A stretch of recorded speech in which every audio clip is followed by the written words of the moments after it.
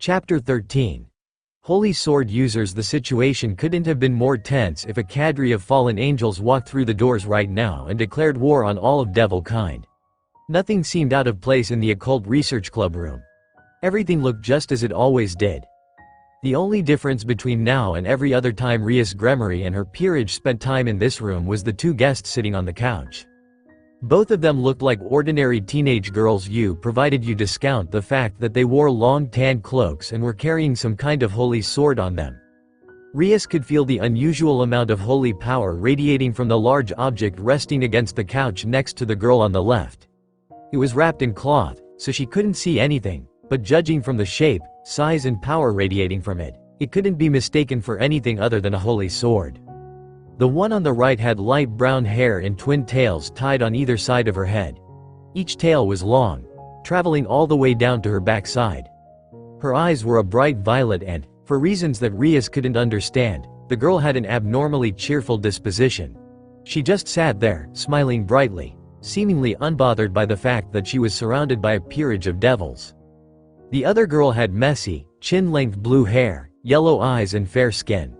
While the twin-tailed girl's features were clearly of Japanese origin, this girl had the appearance of a European. One thing Rias noticed that seemed odd was the green fringe of hair on the right side of the girl's face.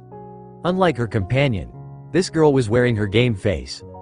Her eyes were completely blank, almost empty of all emotions save one.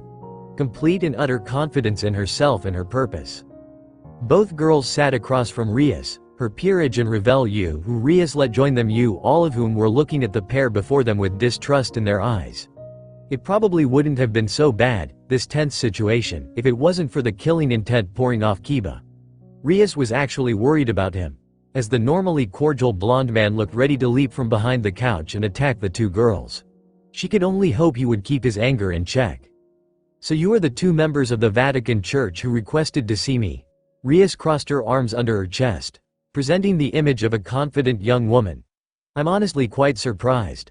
I've never had a member of the church try contacting me before." "Circumstances dictated that we have this meeting," the blue-haired one said. "Believe me when I say that we would never want to sully ourselves by being in the presence of devils if we could help it, but the situation we find ourselves in is strange." Rias ignored the insult. She knew what this girl was trying to do, baiting her into lashing out in order to gain the upper hand in their talks. It was a common tactic for when two forces of opposing ends underwent negotiations. However, Rias would not allow herself to be put into an unadvantageous situation. Nor would she allow herself to show weakness by letting someone from the church goad her into getting angry. "So it seems. However, before this meeting can begin, I would like to know your names. You clearly know mine, which puts us at something of a disadvantage, not to mention it's only proper to give your names after seeking someone out." "Ah, that's right," the bubbly girl said, "we totally forgot to give our names. I'm Shidu Irina, and this is Zenobia." Rias gazed at the cheerful girl, Irina. There was something odd about this girl. No one surrounded by a group of potential enemies should act so cheerful. Either this was just her base personality, or she simply did not feel threatened by the presence of numerous devils. "So I see. Very well then, you two have requested this meeting. What is it that you wish to discuss with me?" "Before we can tell you our request, it would be prudent to inform you of the situation at hand. That way you will have a better understanding of what's going to happen," the one named Zenobia said. "As you are probably aware, there are 6 holy swords known as Excalibur in the church's possession. What you probably do not know is that 3 of these swords, one belonging to the Catholic Church, the Protestant Church, and the Eastern Orthodox Church, were stolen recently." Rias didn't show how startled she was to hear this, instead choosing to think the situation over. Beside her, Revel also furrowed her brow, and she knew the Phoenix heiress had probably already realized what this meant. "The fact that you're coming to us means you've managed to track the thief to this location," Revel determined. Rias had also come to this conclusion. "So the thief is here in Co. And I'm assuming the church sent you two to retrieve the Excaliburs?" "That is correct. Irina and I were sent by the Vatican to retrieve of the holy swords Excalibur." "Hold on." Rias turned her head to Issei, who stood behind her couch with Akano, Asia and Kiba. The young man looked confused. "I don't get it. You said holy swords, as in, like, plural, right? I always thought there was only one Excalibur." That is only partly correct. Rias spoke before anyone else. There was only one Excalibur, however, that was a long time ago. Sometime during the war between the three factions, Excalibur was broken. The fragments were then collected and reforged by the church. She turned to the two Vatican members. Isn't that right? Yes, that is correct, Irina said. Excalibur broke and was reforged by our alchemist. However, our alchemy wasn't strong enough to reforge Excalibur completely, and so it was forged into 7 different swords. This is my Excalibur. The cloak opened as Irina moved her arm, revealing the skin-tight black bodysuit underneath. Rias absent-mindedly took note of the girl's voluptuous figure and supple muscles, showing that she'd clearly gone through intense physical training. The churchgoer then grabbed a small string tied around her right arm. The string lengthened and wiggled as if it was alive, and then it changed shape, straightening, solidifying, hardening, before eventually morphing into a long katana. Rias eyed the weapon warily. She could feel the power it radiated. It was strong, but nothing for her to be concerned about, however. His eyes glanced at her peerage, seeing the different reactions. Asia was clearly as frightened as she was awed. Rias could only imagine that being in the presence of a holy sword brought the former nun conflicted feelings. Issei was taking care of her, though. He had an arm around her shoulder while Akeno had one around them both. Sitting by her side, Kaneko scooted against her. She didn't know if the white-haired Nekusho was afraid, but she clearly sought comfort, and as Naruto wasn't there, Rias happily took his place. Her eyes then turned to Revel. The girl was shaking. Rias doubted the Phoenix heiress had ever been in the presence of a holy sword before, and it obviously frightened her. Rias reached out and grabbed one of Revel's hands. The blonde girl did not hesitate to squeeze back. This is Excalibur Mimic. It has the ability to change shape into anything I wanted to, so it's really useful to have around.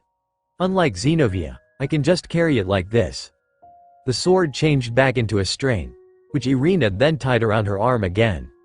You shouldn't give away your Excalibur's power to a bunch of devils, Irina, Xenovia scolded her companion, only to soon realize that everyone was giving her expectant looks, including Irina. She sighed. This is my Excalibur. Xenovia unwrapped her weapon, revealing what appeared to be a giant sword. Rias knew instantly just from the feelings it produced that this sword was more dangerous than Excalibur Mimic. It's called Excalibur Destruction. It was one of the 2 Excaliburs in possession of the Catholic Church. The Protestant Church and Eastern Orthodox Church also had 2 Excaliburs in their possession. There was a 7th Excalibur, but it was lost sometime after the war. Xenovia wrapped the sword in its cloth. Rias noticed the symbols on the fabric. The holy power that saturated the room disappeared, leading her to believe those symbols sealed away the sword, keeping others from sensing it. That meant it must have incredibly destructive powers. Then again, with a name like Excalibur Destruction, what else should she expect? And you believe the 3 Excaliburs that were stolen are somewhere in Ko, Rias stated. That is correct. We have managed to track the location of the people who stole the Excaliburs to this location. Rias wondered if headaches were going to be the norm for her. First a group of fallen angels invaded her territory. Then she had to deal with Riser and his attempt at marrying her. And now she was dealing with 2 people from the church who had come here because 3 powerful holy swords had been stolen. How much more trouble was going to befall her territory? It seems my territory has been full of incidents like this lately. Do you know who stole the holy swords from you? We have reason to believe that they were stolen by members of the Grigori. So the Excaliburs were stolen by the Fallen Angels organization. Rias wanted to rub her forehead to rid herself of the migraine, but she dared not show weakness in front of these 2. It seems like they're causing all kinds of problems recently, and it's definitely something they would do. Devils aren't really interested in holy swords, but the fallen angels, yes, I'm sure they'd love to get their hands on something like that. We already have a suspect who we believe is the main culprit behind the thefts. One of the Grigori leaders, Kokebiel. Pensive was the best word to describe how Rias felt. She didn't let anyone know this, however, and instead presented the churchgoers with a smirk. So the theft was done by Kokebiel, one of the leaders of the Grigori and a survivor of the war between the 3 factions. I suppose it only makes sense that someone like him would be behind the thefts. Kokebiel is one of the fallen angels that appear in the Bible, so he must be powerful. No one else would have the power to challenge the church and steal the holy swords. True. Kokabiel is definitely capable of doing something like that. We sent several exorcists here in secret to uncover his location, but they kept getting killed. Rias felt a flare of anger. Exorcists were being sent into her territory without her knowledge? How was she unaware of this? If there was something going on in Ko, then she should have known about it long before now. What's more, the church was sending exorcists into her territory without her consent or prior warning. It was an insult to her. They might as well just slap her in the face. At least then she would be able to retaliate. She kept her cool. Rias wouldn't let this get to her. She was the heiress to the House of Gremory, so it was important to maintain appearances. And what is it you want from me? Xenovia raised an eyebrow. From you? Nothing. We want nothing from you. All we want, our request you know, our demand is that you stay out of our affairs. What's happening here is between the church and the fallen angels. Devils have no business interfering in this. Okay, now that Rias could not let stand, let a pair of exorcists with holy swords wander her territory without supervision while chasing after a group of fallen angels being led by a Grigori leader, who just so happened to have stolen 3 holy swords. This girl must be nuts if she thought Rias would just let them do as they please, especially when they had been sending other exorcists into her territory without asking first. You must be awfully worried if you're coming here and trying to make demands of me. Are you worried that I might side with the fallen angels? Perhaps you're thinking that myself and my peerage might be in collaboration with the fallen angels to steal the holy swords Excalibur? Headquarters did not deny the possibility of that being the case, Xenovia said mildly, though Rias could detect the hint of threat in her tone. After all, holy swords are the enemy of your kind. They are one of your greatest weaknesses. The church understands this simple fact and has come to realize that it wouldn't be all that unusual if the fallen angels and devils joined forces. Both sides stand to profit a lot if the holy swords went missing from the church. By now, almost everyone was staring at Xenovia with anger in their gaze. Sans Asia, who was far too kind a person to show resentment in any fashion. She did look shocked, though. And even Irina looked startled by her teammates' words. Hey, Xenovia, that isn't what you... That is why we are here. To deliver warning. We came to tell you that if you decide to side with the fallen angels and Kokabiel, then we won't hesitate to eliminate all of you. Some people would have probably been upset by the blatant disregard Xenovia spoke with when stating she would kill Rias and her peerage, but Rias only felt triumph. Don't make empty threats that we both know you can't keep. Xenovia's eyes hardened into a vitriolic glare. What was that? Do you think I'm stupid? Rias questioned, leaning forward on pinning Xenovia with a glare of her own. It's well known that of the 3 factions to have partaken in the war, the angels suffered the most. Many of them were slain by fallen angels and devils, and even more fell after the war ended. You think I'm unaware of the real reason the church keeps mostly to itself these days? I know the real reason is because you lack the power to fight on par with devils and fallen angels. Even with God on your side, the angels faction is the weakest of the 3 right now. Xenovia hissed and Irina glared. How dare you? No, how dare you? Rias stood up and glared down at the 2, who tensed when she unleashed a small sliver of her devil power, which exceeded those of both the holy swords in the 2's possession by a wide margin. You think you can just waltz into my territory, demand that I stay out of your business while you do who knows what, and then threaten to kill me and my peerage without suffering any kind of consequences? Do you want to start a war? Because that is exactly what will happen if you tried killing me, and you and I both know that restarting the 3 factions war is the last thing the church wants, isn't it? Her brother was Sears's Lucifer, the most powerful Satan, a devil whose power is said to have exceeded all 4 of the original Satans combined. He was also a well-known Siskon. Even the church had to know how protective her brother was of her. If they killed her, then Sears's would rain unholy hell down upon the church. He would annihilate it before the angel faction even realized what was happening. The church would be no more. Irina and Xenovia remained silent, and Rias knew she had them. They were trapped and they knew it. Don't make threats you won't be able to back up, Rias warned Xenovia, who merely looked away. Rias sat back down and regained her composure. Now then, you mentioned each church still having 3 Excaliburs, yet I only see 2 with you. Has the last one not been dispatched yet? Xenovia said nothing, obviously miffed from Rias' scathing words, so it was up to Irina to pick up the slack. No, they're staying with the Orthodox Church. They plan on protecting the last Excalibur in case Zenobia and I fail. So it's just the two of you, then? Isn't it reckless to send only 2 people to retrieve the stolen Excaliburs? Even if you are holy sword wielders, you're still going after Kokabiel, a fallen angel who is one of the leaders of the Grigori. I doubt 2 humans would be able to defeat someone like him, even if they each possess their own Excalibur, especially since he has 3 in his possession. That doesn't matter. We can't allow the Excaliburs to remain in the hands of the Grigori. I don't want to die, but I am prepared to if it means doing God's will. I see the teachings of the church are as extreme as always. Don't speak ill of the church, Rias Gremory. We might have gotten off on the wrong foot, but even so, I won't have you saying bad things about our teachings. You're right. I'm sorry, Rias apologized sincerely, which surprised Irina. You're entitled to your beliefs, and I certainly shouldn't insult someone for believing in something.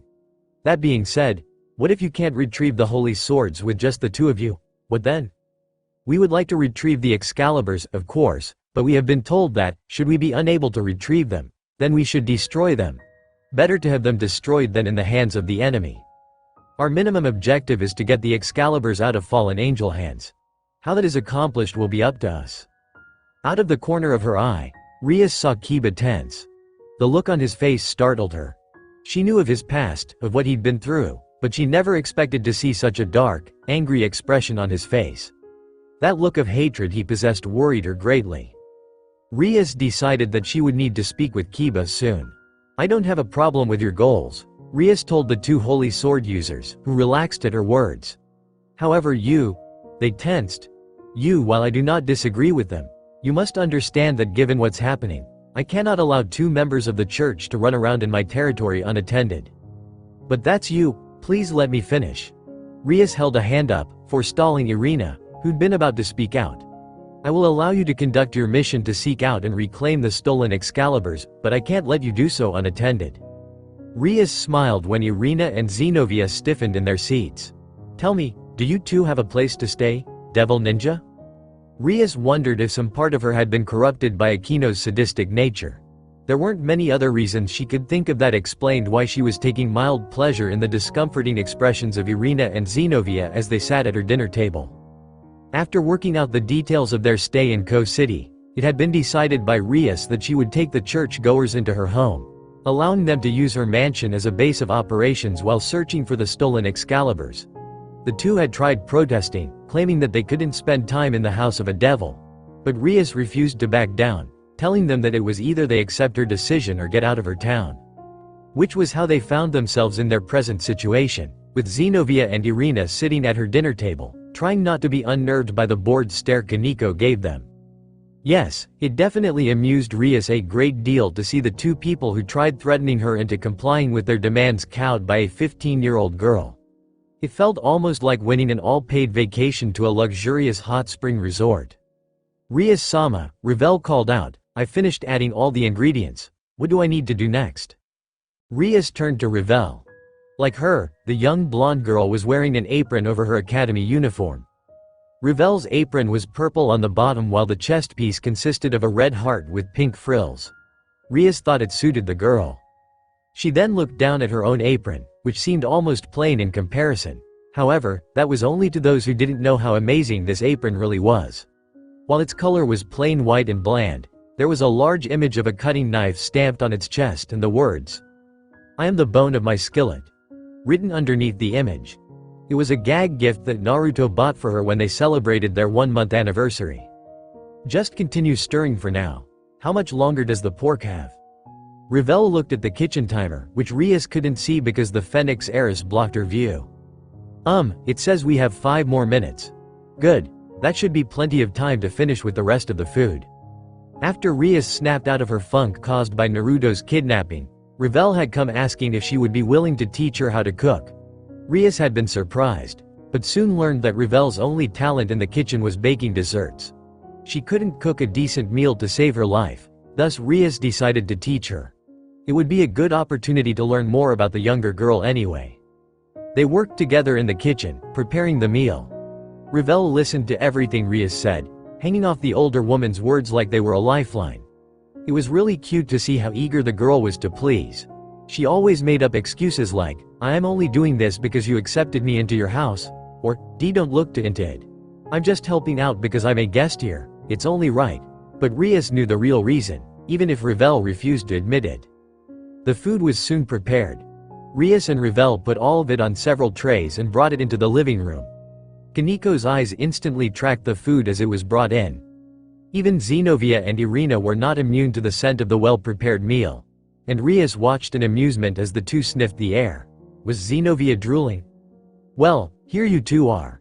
I don't know if Japanese cuisine is to your taste since you two live in Europe, but I hope you enjoy it. Itadakimasu. Kaniko didn't even wait for the others before she began eating. She just started digging in. Rias wasn't bothered by that. It was just how the girl was.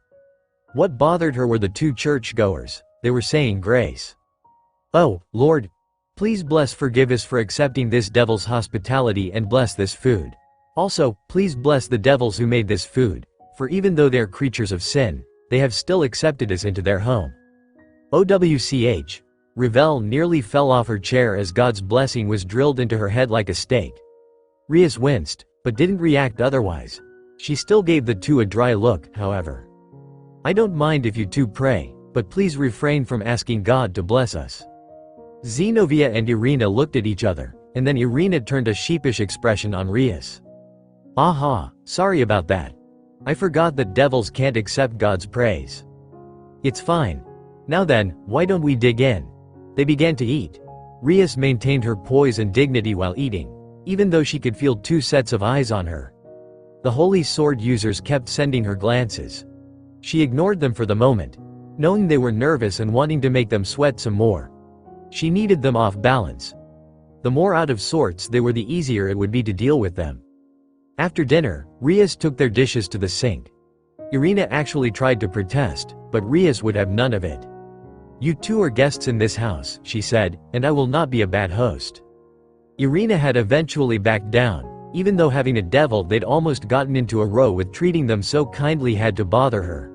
Zenobia certainly seemed troubled, as she had barely said two sentences since they arrived.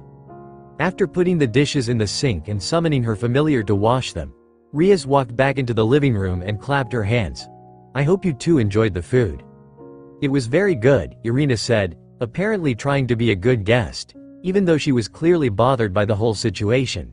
It's been a long time since I've had traditional Japanese cuisine. That's right, you grew up with eyes, didn't you?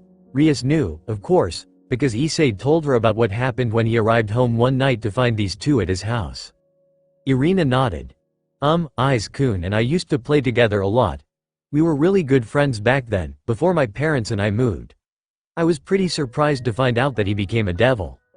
Rias didn't really like the glare being sent her way, but also understood Irina's anger. If it makes you feel any better, he only became a devil because it was the only way I could save him. You see, before I knew him, Issei ended up getting involved with a fallen angel. What? How? Why? Don't look so shocked. You should know by now that Issei is a holder of the boosted gear, one of the 13 Longinus said to be capable of killing a god. The fallen angels found out and one of them decided to get rid of Issei before he became a problem. This fallen angel, a girl named Rainier, killed him, but I managed to bring him back, reviving him as a devil. I didn't know that, Irina admitted. I still don't like how you revived him as a devil, though. Rias shrugged. She didn't really care. Issei was her servant now, a member of her family, and someone important to her queen in Asia. She wouldn't be relinquishing him to anyone. In either event, you two must be tired from your long journey here, and I doubt you've had much chance to relax. I have a hot spring in the back that you two can use. Irina, I'm sure it's been a long time since you've had the chance to relax in an authentic Japanese hot spring. While Irina almost sparkled at the idea of being able to experience the joys of traditional Japanese bathing in a hot spring, Zenobia looked skeptical. Why are you doing this? She asked. First you confront us like you did during our meeting and now you're treating us with kindness. It doesn't make sense. What are you after? At her words, Irina went on guard. Rias affected a mock-hurt expression. Come now, do you really think so little of me? Is there something wrong with me helping two people out of the kindness of my heart? Zenobia snorted. What kindness? You're a devil. Everyone knows that devils aren't the kindest of people. Rias's eyes hardened. You would do well to watch what you say. It is indeed true that not all devils are kind, that some are cruel. However, I won't hear something like that from a member of the church. There is plenty about your group that doesn't show you people in the best light, plenty of dirty little secrets and atrocities that the church has committed in the name of God. You speak of us devils as if we're a bunch of monsters, but I know for a fact that some of the greatest monsters on this planet are human, and some of those monsters are members of your church. Zenobia gritted her teeth while Irina looked worried. Rias relaxed, presenting the two with a smile. But let us not speak of this anymore. You two are obviously tired, which I'm sure is the reason for your lack of tact. Please accept this small token of my hospitality and enjoy some time bathing in the hot spring. I'm sure you won't regret it. Devil Ninja, it was late at night. The sun had fallen and millions of twinkling stars dotted the twilight sky. Kiba didn't much care for the stars, or the sky, or anything, really. At that moment, the only thing on his mind was what occurred a few hours ago. What was Rias thinking, speaking to those two holy sword users when she should have just told them to leave? Or better yet, told Kiba to kill them. Rias knew about his hatred for holy swords better than anyone, yet she still allowed those two to stay in Ko. Worse still, she was allowing them to spend their time in the city at her residence. It infuriated Kiba. He loved Rias like an older sister, but he couldn't abide by what she was doing, especially not since she knew of his intense hatred for holy swords. Not really knowing what else do, and feeling no desire to return home, Kiba wandered aimlessly. The streets were abandoned. There was barely any light to illuminate his path. A street lamp to his left flickered, emitting an annoying buzzing sound. He ignored it and continued walking on, struggling to maintain a grip on his rage. As he passed by a street sign, a flicker of killing intent shot through his senses. Kiba reacted on nothing more than instinct, summoning his holy eraser sword and spinning around to block the incoming attack. Clang! Sparks flew as his sword was met by another sword. He didn't recognize the make, but he didn't need to. He could feel the holy power coming from it. A holy sword. The wielder of the holy sword leapt back when Kiba pushed the sword away and tried cutting the person in half. That was when he got a good look at who attacked him, and Kiba's eyes widened in shock. You're Fried Selzen. It was, indeed, the exiled priest that he, Issei and Kaneko fought to rescue Asia from the fallen angels. He didn't appear to have changed a bit. He still wore the robes of an exorcist. His white hair remained the same length. His eyes still held the same insane bloodlust as before. Kiba was also disgusted to notice that his tongue still hung from his mouth, as if the thought of battling and killing was causing him to salivate like a dog in the summer heat. Well, hello, shitty devil scum. Fancy running into you here.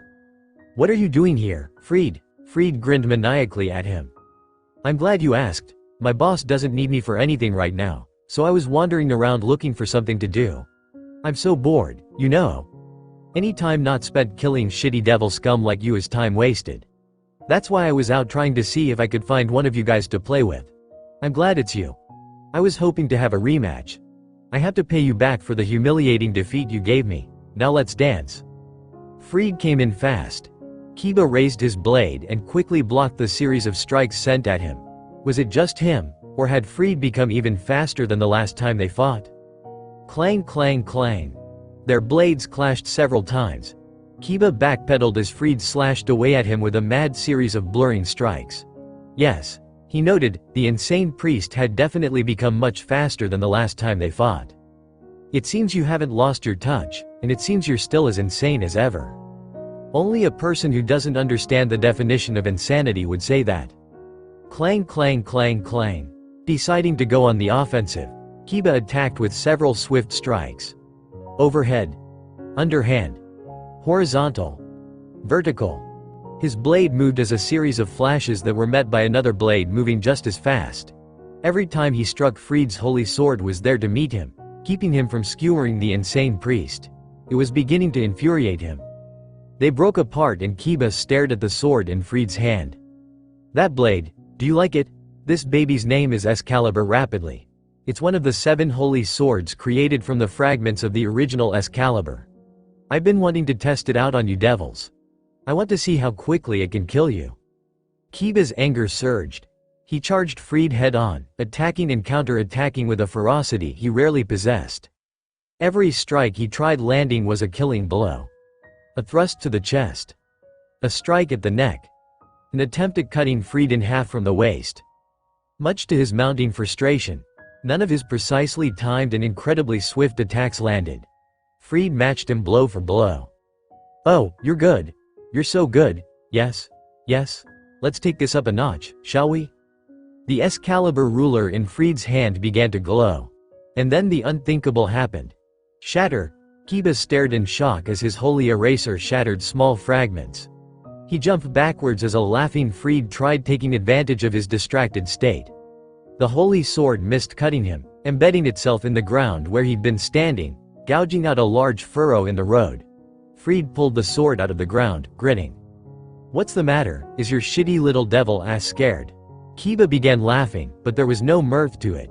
His laugh was harsh, dark and grating, nothing at all like Kiba's normal laughter. "Scared? No. Why would I be scared? You've just given me a great gift." Swords began to appear around Kiba, dozens of them, all of them poised to attack Fried at the slightest provocation. Here I was upset because I had an Excalibur right in front of me and couldn't destroy it, and now you're here, carrying another Excalibur. It must be my lucky day. You see, I've made it my goal to destroy Excalibur, and now that you've appeared before me, I can do just that. Kiba's cold smile was met with an insane one from the exiled priest. "Now that's the spirit. This is the fight I've been waiting for. Let's see which is greater, your shitty-ass demonic swords, or my Excalibur rapidly." Kiba didn't hesitate to take the invitation offered. Several dozen demonic swords were launched at Fried, who began destroying them with Excalibur rapidly. The battle was on. Devil Ninja. Irina sighed in content as she slowly lowered her body into the hot spring. She sank in until only the top of her breasts floated above the water's surface, then leaned back against the warm stones that made up the spring. It felt so nice, the warm waters lapping at her body, relieving the aches and pains from spending several hours on a plane and then several more walking. She decided right then that few things were better than a soak in a hot spring. "I know this is the first time you've had a chance to experience these hot springs, Irina, but try not to let your guard down. Don't forget that we're currently in the middle of devil territory, you in Rias Grimori's home no less. We can't afford to become complacent." Irina pouted at her partner for this mission. Xenovia was her friend, but sometimes their personalities had a tendency to clash. While she always tried remaining bright and cheerful, the wielder of Excalibur destruction remained serious at all times. It kind of bothered her. "I know that, Xenovia. Do you?" "Of course I do. I understand that we can't trust devils." "You certainly don't act like it. That was uncalled for. I'm just trying to keep the peace. In case you haven't realized it, we're at a disadvantage here. We can't start a fight with the Gremory group. We're outnumbered here, and that Rias Gremory is a powerful opponent. Surely you felt the power she released during our meeting." Xenovia hesitated. It was only for a second, but Irina could see the small flash of worry that crossed her partner's eyes. "I did. Then you know why we can't afford to fight with them. I'm not too thrilled about being forced into living here and having the eyes of a devil peerage on us either, but I also want to accomplish our mission. If we die fighting the devils, then we can't retrieve the stolen Excaliburs." "I know that," Xenovia mumbled, and Irina knew she'd won this round. It wasn't like she didn't understand Xenovia's concerns, but they had to look at the bigger picture. If they ended up fighting the devils and dying, then they would fail in their mission before they could even start. They couldn't allow that to happen. The sound of a door sliding open caused them to look up. Rias walked into the hot spring wearing nothing but a towel. Behind and on either side of her were the equally naked Kaneko and Ravel, whose blonde locks had been let down from their usual drills. "What are you doing here?" Xenovia asked suspiciously. Rias Gremory gave the Excalibur Destruction's wielder an amused smile. "Relax, I simply decided to also take a bath in the hot spring. After all, this is my house." TCH. Irina wondered if it was wrong of her to feel slight envy as she watched Rias wade into the steam-covered waters. She knew that she was quite well endowed, but the Destruction Princess's bust was astonishing. Her breasts were so large they were actually floating as she sat next to them. "Let me wash your hair, Yakitori." "Stop calling me Yakitori. I'm not Yakitori." "Would you prefer it if I called you KFC? SSS shut up, you stupid cat?" Irina's eyes were drawn to Kaneko and Ravel. The Phoenix heiress was sitting on a stool. Kaneko sat behind her.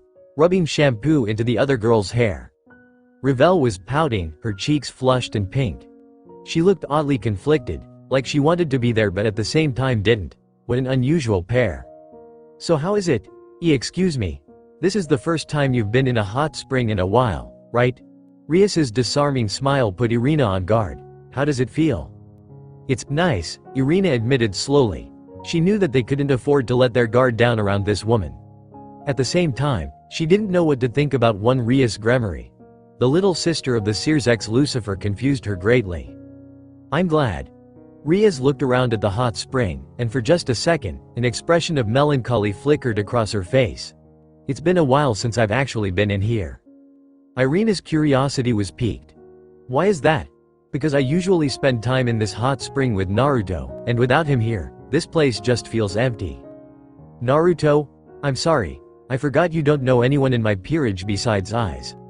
Naruto is another member of my peerage and also my boyfriend. This house was actually where his apartment used to be before my brother rebuilt it into this mansion. I see. Irina didn't know what to make of that. Her brother demolished an apartment complex to make this mansion. Seriously? What kind of people were these Gremories? So, you said Naruto isn't here with you? Why is that? Because he's missing. Missing? Rias sighed. Since I'm keeping you two here, I suppose it's only fair that I tell you. Naruto was kidnapped by a group of unknown people a little over 2 weeks ago. We don't know why they wanted him, but he hasn't returned yet. Irina didn't know why she felt pity for the devil before her. Maybe it was simply because of her religion. God always mentioned how you should show compassion to others, even your enemies. I'm sorry. Don't be. Rias shook her head. I'm positive that Naruto is okay and that he has a reason for not returning yet.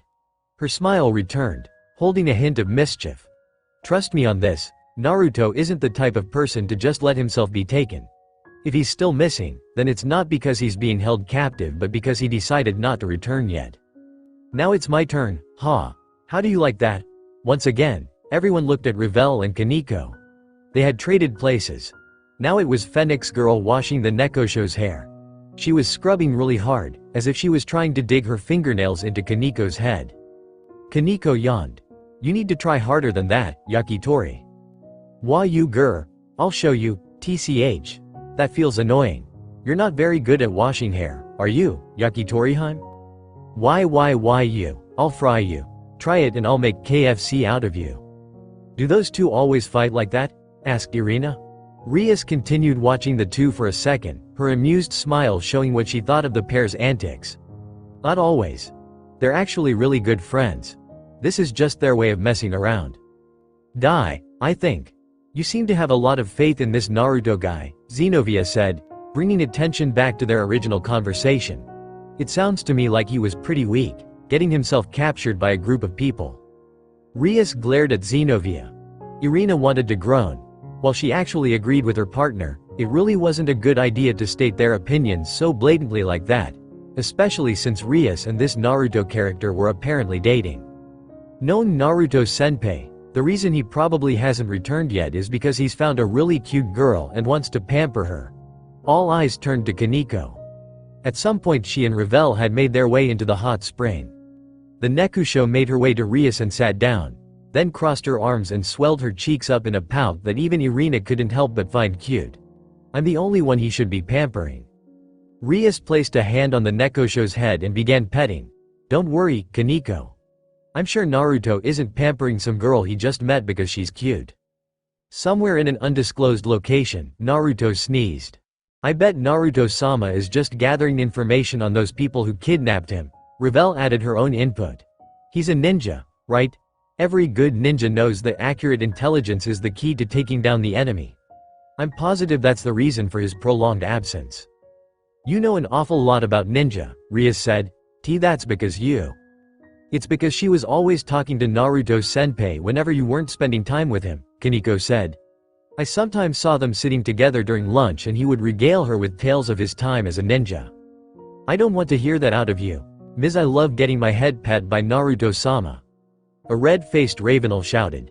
And don't make it sound like I was the only one monopolizing Naruto-sama's time. You were always with us.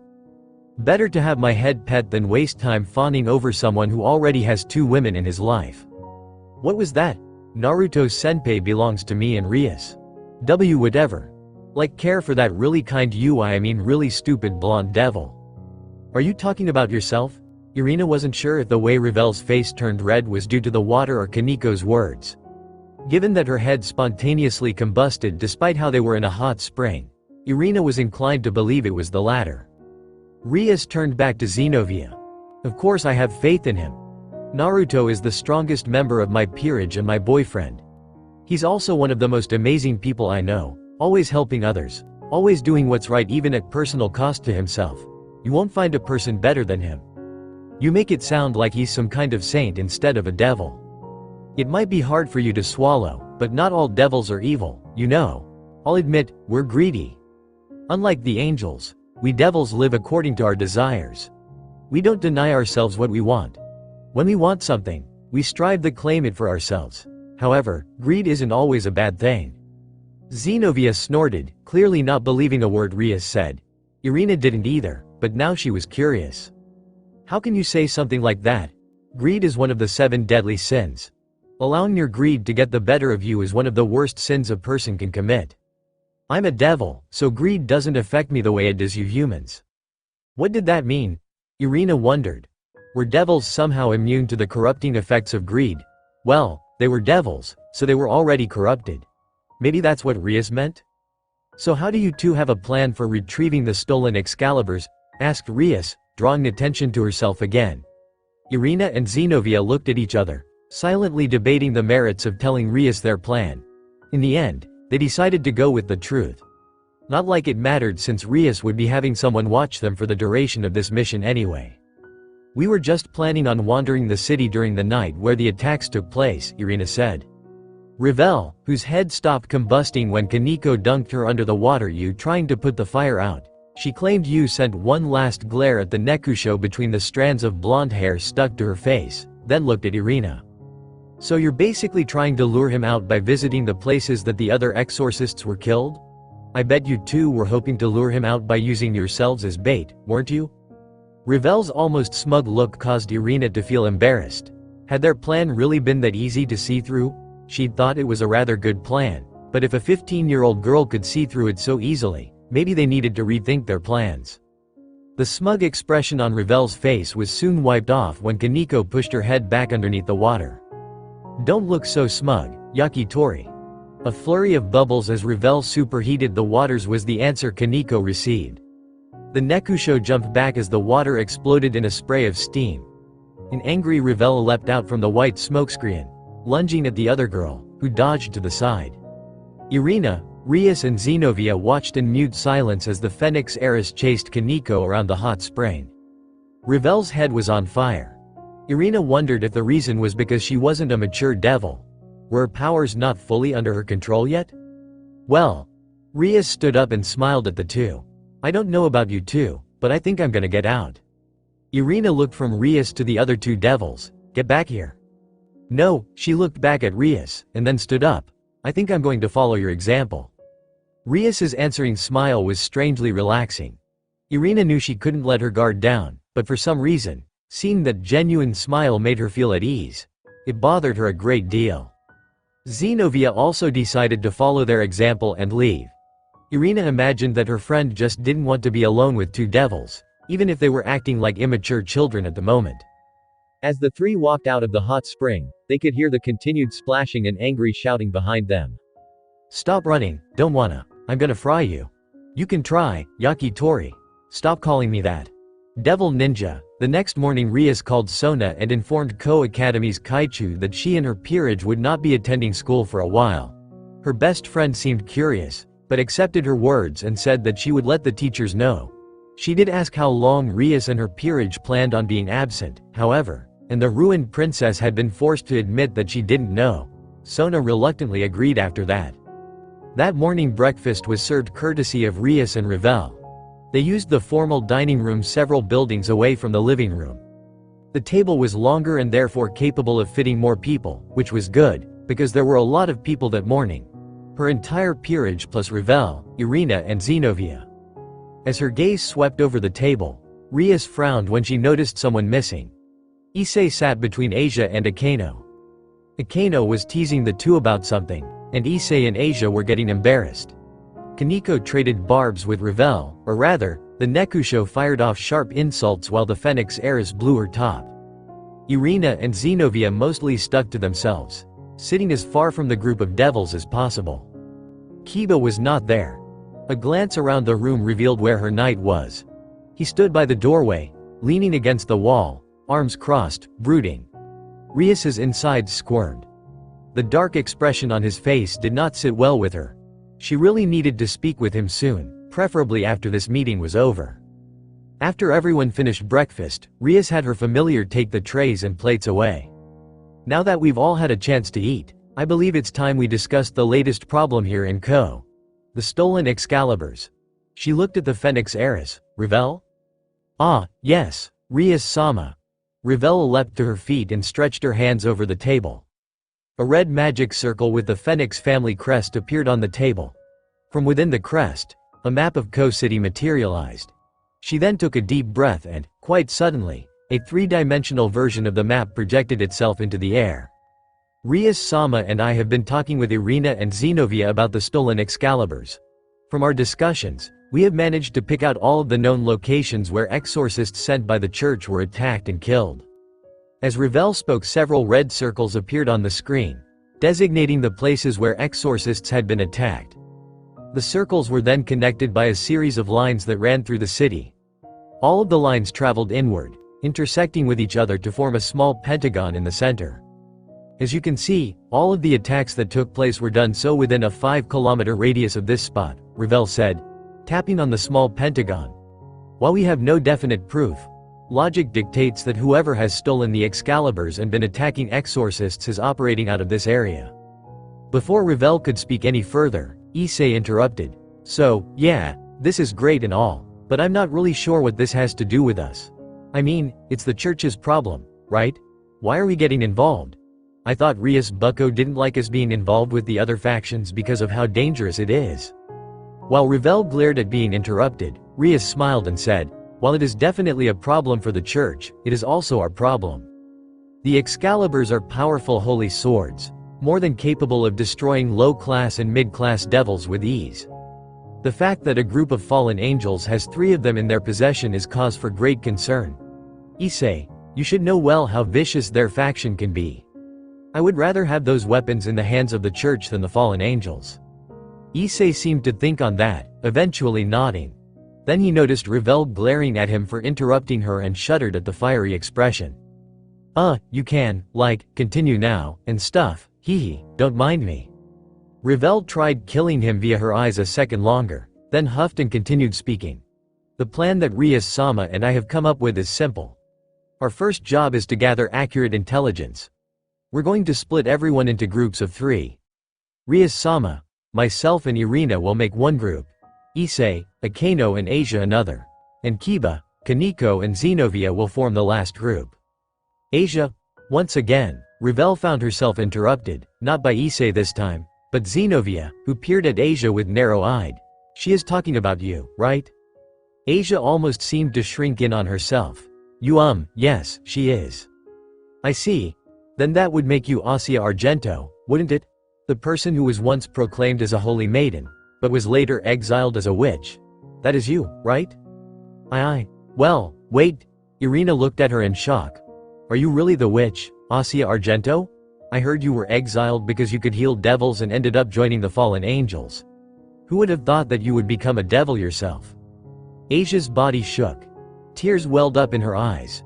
Rias felt a flash of anger at Zenobia for bringing attention to Asia's status. She knew that the former nun still felt guilty about becoming a devil, even thought she was also happy.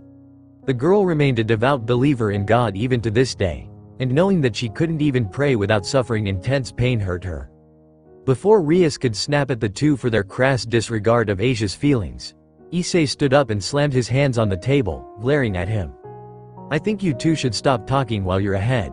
Neither of you has the right to criticize Asia for the choices she's made in her life, especially when everything that happened was the church's fault. Hey, you think Asia Argento's exile was our fault? Zenobia also stood up, placing her hands on the table and leaning over to penetrate him with a glare. You're clearly a very deluded young man for thinking something so stupid. Hey now, let's try not to fight, Xenovia, Irina said, attempting to keep her friend from becoming confrontational. What was that? Issei hissed at Xenovia, his brows furrowed in anger. You heard me. Asia was exiled because she healed a devil. To commit such an act is an atrocity against God and cannot go unpunished. It's blasphemy. Quite frankly, I'm surprised the church even decided to let her live. Once a holy maiden falls out of God's grace, they're destined to live a cursed life, unable to hear God's call, no longer capable of spreading God's word. There is no more purpose to their life. They might as well be dead. Rias felt a mild pulse. She directed her gaze to Issei's arm, to the small gem situated on top of his hand. I see, the boosted gear reacts to the emotions of the wearer. Rias smiled. It's just as Naruto said, eyes, you're really. That's how you feel, isn't it? Asia Argento? Xenovia directed her gaze toward the former nun, who quaked underneath those yellow eyes. You feel lost, right? I bet you even still believe in God despite becoming a devil. Is that even possible? Irina asked. It's perfectly possible. While there are some who try to forget about their former life under God's grace, there are just as many who can never truly let go. They feel guilty for being unable to live in the grace of God and it eats them up inside. That's how it is with you, right? Asia breathed in deeply. Rias was impressed when she saw the former nun regain her composure. Staying under the same roof as a Kano must have done the girl good. Yes, it's true. Even though I've become a devil, I still believe in God's teachings. I've been a servant of God all my life. I can't let go of that now, even if I am a devil. While Irina looked genuinely surprised, Xenovia nodded to herself, as if she'd just solved a mystery. In that case, you should let me kill you. Even though you've fallen from grace and become a devil, I am sure that God will forgive you if you repent your sins by allowing a member of the church to end your life. Okay, enough was enough. Rias had stayed silent because Issei spoke up on Asia's behalf, but this was too much for her to bear. Asia was a member of her family, her peerage. She was important to Rias, and the ruined princess would not allow Xenovia or anyone else to insult someone so dear to her. Who the hell do you think you are? Once more, Issei's loud shout reverberated through the room, silencing everyone. You think you can talk to Asia like that? Who cares if she's fallen from God's grace?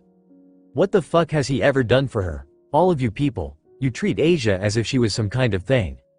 You put her on a pedestal and tell her to heal others, then exile her because she did exactly what you told her to do. How fucked up is that? Did any of you even think about Asia's feelings? About what she wanted? All Asia ever wanted out of life was friends to stand by her side. Not worshippers who treated like an object to be watched from afar. And then treat her like crap because she failed to live up to the expectations those same people put on her shoulders in the first place. Eyes, Xenovia scoffed. TCH, friends? A holy maiden doesn't need friends. The love of God is all they need to sustain them. People who feel they need more than God's love aren't cut out to be holy maidens in the first place. Were you even listening to me? Asia never wanted to be a holy maiden in the first place. You guys were the ones who forced that title on her. You demanded that she be something she didn't want to be in Asia. Amazing, wonderful and kind girl that she is did exactly what you wanted. She became your holy maiden even when it meant that she would be unhappy. She did everything you wanted of her and you threw her away because you found out that she could heal devils. You're the ones who failed Asia, not the other way around. Issei's nostrils flared as his harsh eyes stared into Xenovia's. Moving behind Issei, Akeno placed a shoulder around the blonde girl, who leaned into the Yamato Nadeshiko's bosom. Rias watched it all and decided that now was the time to step in. Enough.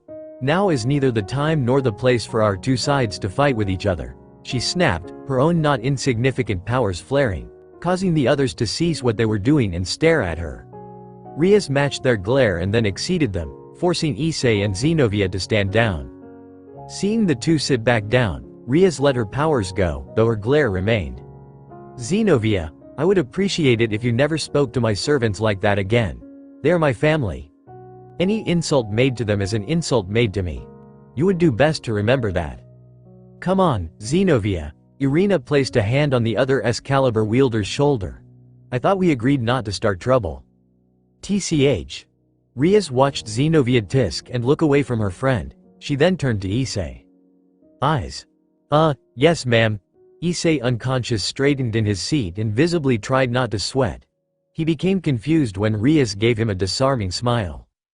Thank you for defending Asia. I'm very glad to see that my choice in letting her stay with you was correct. Keep up the good work. Embarrassed, Issei bashfully scratched at his cheek. Hey, it was nothing, anytime. Rias looked around before noticing something. Where is Kiba? Kiba?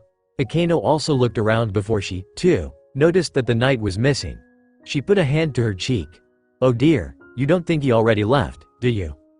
Revel, why don't you continue briefing the others on the intricacies of our plan? I need to find and talk to Kiba. Okay, Rias-sama. While Revel started going over the intricacies of the plan that she and Rias had conceived in more detail, the ruined princess rushed out of the room and began searching for Kiba. He couldn't have gotten far, and he hadn't. She found him not long after leaving the room, standing out in one of several gardens, underneath a sakura tree, staring at the sky with a dark expression on his face. Kiba. Kiba turned with a frown as Rias walked up to him. Why did you leave? Revel wasn't finished explaining the plan. Her knight said nothing, causing her to grow concerned. Kiba, what's wrong? I'm sorry, bucko, Kiba said. I know you mean well with what you're doing, but I can't do this. His hands clenched into fists. I can't work with members of the Catholic Church, especially ones wielding the Excaliburs. Can't, or refuse to. Kiba said nothing. Damn it, Kiba, are you really going to be this stubborn? I know what happened to you. You have every right to hate holy swords, but do you really think anything will be solved by acting like this? Answer me, Kiba. Kiba sighed, then began walking off. Rias gritted her teeth as she rushed over and grabbed his arm. I didn't say you could leave, Kiba. You and I are going to have a long talk about this. No, we're not. Kiba ripped his arm out of her grasp. Rias was too shocked to do anything as he started walking away again. You've been very kind to me, bucko, however, I will not work with people who wield holy swords. From this point on, I'm going it alone. Rias looked aghast. What? I don't understand. Kiba, what are you saying? Kiba stopped and turned his head, staring at her out of his peripheral. Rias was taken by the blatant hatred that shone in his eyes, the underlying hint of fury and rage that lay within their depths.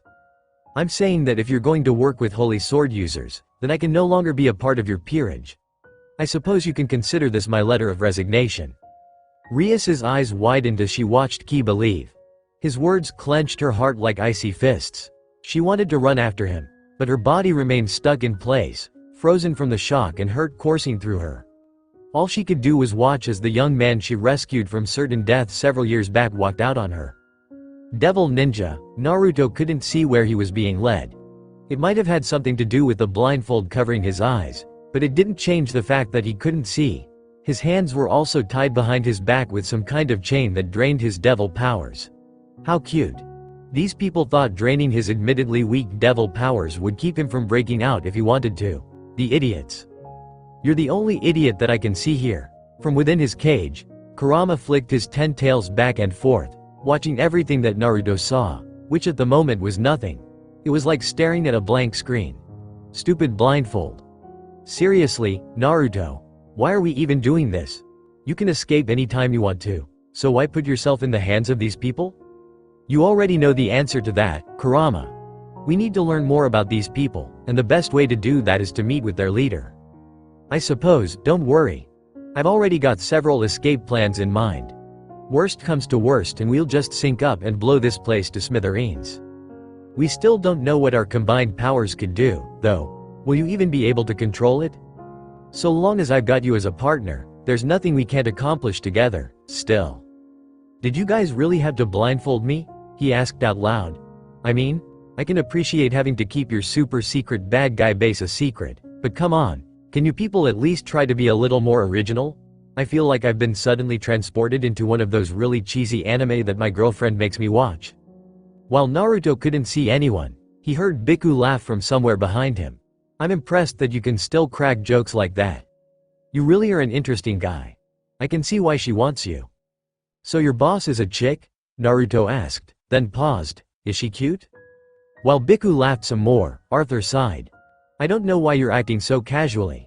We're holding you hostage and you have no way to escape. Says you, Naruto fired back, not missing a beat. So, about this boss of yours. Our boss is many things. NYA. Naruto's ears perked at the sound of Kuroka's voice.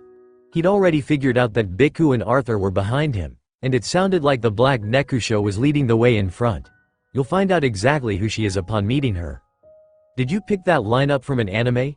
Because that seriously reminded me of this show, this one anime where you... Would you knock it off with the anime references already?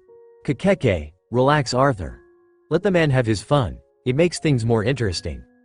Che, maybe you don't mind him having fun at your expense, but I do. You're such a stick in the mud. Cut it you too, NYA. Naruto wondered if these people knew that every second they spoke, he learned even more about them. Oddly enough, none of these people seemed insane or necessarily evil. Not even Kaniko's older sister. Biku sort of reminded Naruto of himself except he was way more awesome than that monkey and Arthur was a stuck-up jerk. But Sasuke had also been a jerk, so that didn't bother him too much.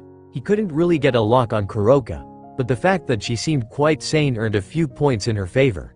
He still didn't like her, though, not after she left Kaniko to fend for herself.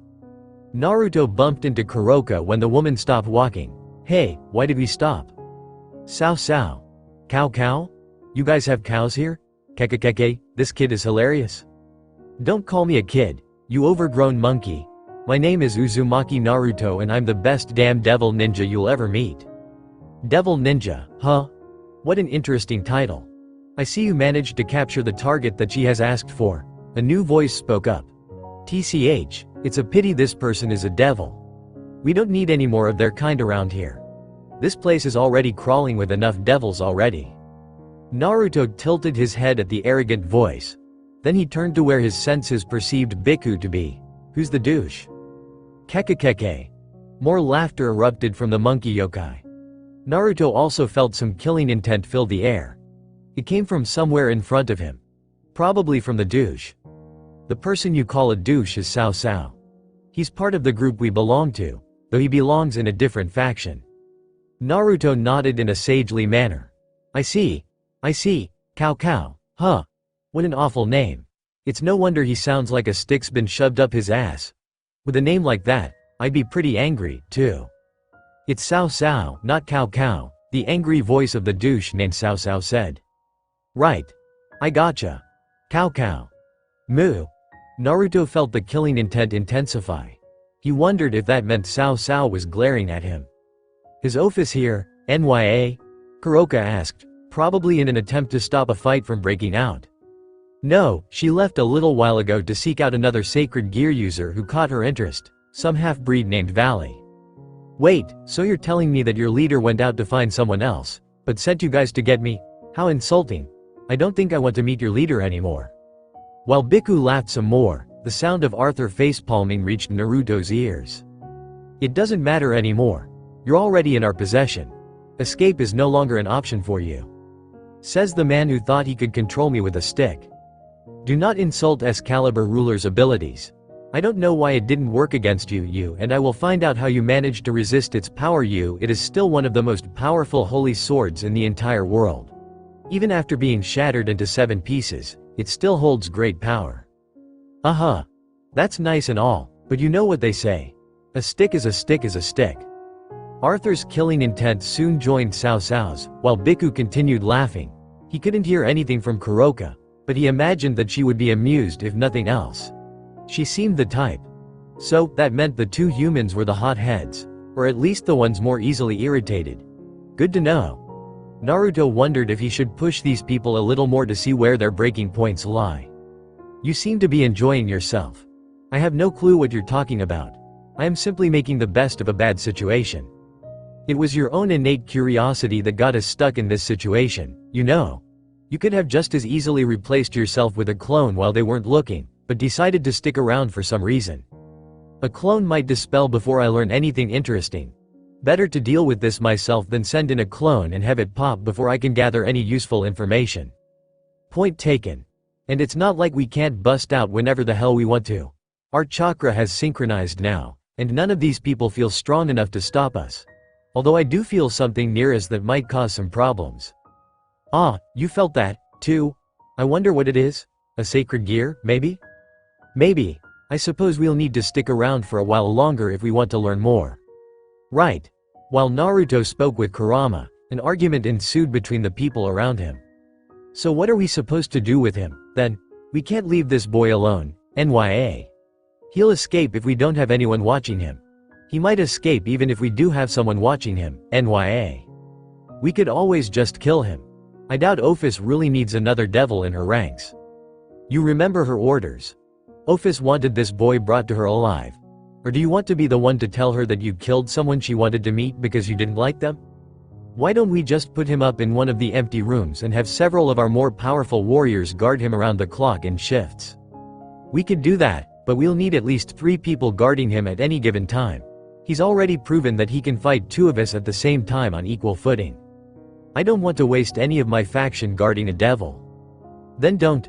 We can have people from the other factions help us if your people aren't up to the task. The 4 argued for a little while longer before coming to a decision. Naruto was then led to what he believed was a room. The one known as Bhikkhu shoved him in the back, causing him to stumble forward before catching himself. He straightened and turned to glare at the monkey man, even though he couldn't really glare because his eyes were still covered. The hell was that for, Kakeke? These will be your accommodations for the duration of your stay here. I hope you try to cause some more trouble. I could use the entertainment. The doors soon shut behind him and Naruto heard one of the 4 people walk off. Judging by their unique signature and the feeling of that strange yet dangerous power receding, he believed it was that Cao Cao character. He thought about trying to goad the 3 who brought him here some more, but decided not to in the end. Instead he brought a kunai out of the storage seal on his left sleeve, applied a small amount of wind chakra to it, then cut through his bonds.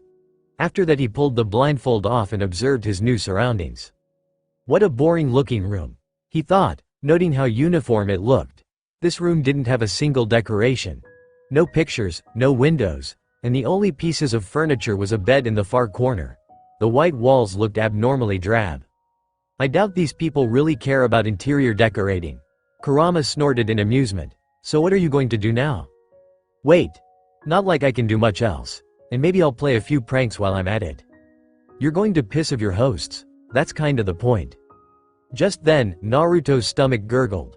He patted his belly, trying to soothe it. Hey, guess I'm hungry. Well, it has been a while since I've had anything good to eat. All those people gave me were rations, and those taste like shit. You've been spoiled by your mate's cooking. Probably, he agreed. Naruto sat down on the bed and took out a scroll that was sealed on his arm, thanking the high heavens that he had the foresight to seal stuff on his body and not just in paper. Arthur, Bhikkhu and Kuroka had confiscated all of his weapons and sealing scrolls. An application of chakra and poof of smoke later revealed the contents of the scroll. A steaming bowl of miso ramen with complimentary chopsticks. Licking his lips with anticipation, Naruto broke the chopsticks apart and started eating. Damn, he loved ramen. Chapter 14, Humanity's Darkness. Lefay Pendragon didn't really care about the Koa's brigade or its cause. If asked, she would gladly tell everyone that the only reason she even joined this group was because of her brother, Arthur Pendragon, who had been swayed to join with the promise of getting to battle against powerful holy sword users. Knowing of her brother's insatiable desire for combat against other swordsmen, and his somewhat snobbish personality, she had followed him in order to keep him out of trouble, which was a lot harder than it looked. Especially when all they had her doing at the moment was standing guard. Standing beside her was Bhikkhu, the descendant of Sun Wukong, and another silent figure, one that towered over them both. Its form composed of stone, it stood, a silent sentinel that appeared to be made from thousands of boulders both large and small. The very crude-looking golem was her latest magical creation. Its unstable body rattled every so often, and Lefay knew it wouldn't do much in a prolonged fight, but since they were just guarding a single prisoner, it was okay. Besides, they needed all the help they could get. None of the other factions wanted the job, it seemed, as all had refused when asked.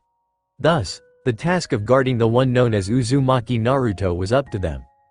Bhikkhu stretched his arms above his head. Man, this is so boring. I thought this Naruto guy would have at least made some noise by now. Why would he do that, Bhikkhu-sama? Lefay asked curiously. She hadn't heard much about this Naruto person, other than that he was an annoying fly who had a bad habit of running his mouth off, according to her brother. Because he's an interesting guy who loves causing trouble, Biku answered, grinning. LeFei assumed he was remembering something their captive had done. He's a lot like me. Except neither as dashing nor as skilled as I am. And is always getting up to no good. Thinking on it, he actually reminds me of a sly old fox. LeFei had yet to actually meet Naruto. No one was allowed into or out of the chamber they were guarding, or so her brother had ordered. There was even a slot drilled into the door for when they had to feed him. She was actually kind of surprised Biku had even heeded Arthur's orders. He was never one to listen to Arthur, which was actually a cause for contention among them. Oh, I wonder if that's why my Arthur Ni-sama dislikes him so much. Most definitely, Biku agreed. Your brother's a real stick in the mud. No offense. So it's only natural that someone who knows how to have fun would get on his nerves. That's not a very nice thing to say about my Ni-sama. But it's true, isn't it? Heck, I'm surprised that even you can get along with your brother. You've got such a vibrant and outgoing personality that it's hard to imagine you two are even related. You think so? LeFei had never really thought about it before. Her brother was her brother and she loved him very much. She wouldn't have followed him to join the Chaos Brigade, abandoning her position at the Magicians Association known as Golden Dawn, if she didn't. I know so. What you guys talking about? LeFei turned to answer the voice that spoke up in her left ear. We're just talking about my brother and how he doesn't age. The descendant of Morgan Le Fay stared at the young man she'd never met before. Eyes as blue as the azure sky were set on the boyish face of a teen nearing full maturity. 6 whiskers on either cheek marred sun-kissed skin. They were actually kind of cute. His dark black pants with orange trim ruffled as he moved. A dark orange shirt adorning his frame hid broad shoulders and a chiseled chest. He was also tall, not as tall as Biku, but at least a head and shoulders taller than her. He was eating a bowl of ramen. Wah! How did you get out of this cell? Biku shouted, causing Le Fay to feel confusion. The young man with bright blonde hair blinked. I just walked out through the door. Biku gawked some more. That's not possible. We've had people guarding this door around the clock. There's no way you could have escaped without us knowing about it. Even if you could escape, I would have detected your chakra signature moving, but it hasn't moved from this room since we put you in there. The man shrugged and continued slurping up his ramen. I don't know what to tell. Maybe your ability to detect chakra signatures just sucks. Rather than get angry, Biku snorted. You really are an amusing guy, you know that? So you've told me, numerous times, I might add. Biku-sama. Le Fay gathered the attention of her partner and the blonde man, who she pointed at with her staff. Who is this? It wasn't Biku who answered. I'm glad you asked. Little lady, allow me to introduce myself. All of the lights turned off, which Le Fay found weird because they didn't have any lights to turn off in the first place. The light in this hallway came from sunlight that filtered through the glass roof above their heads. And why was she suddenly hearing strange kabuki music in the background? From the east to the west, I am known far and wide as the greatest ninja to have ever exist, a man whose power is undeniable and whose strength of will is unquestionable. I have gone by many names. Hero, Sage, the manliest man this side of Mansville.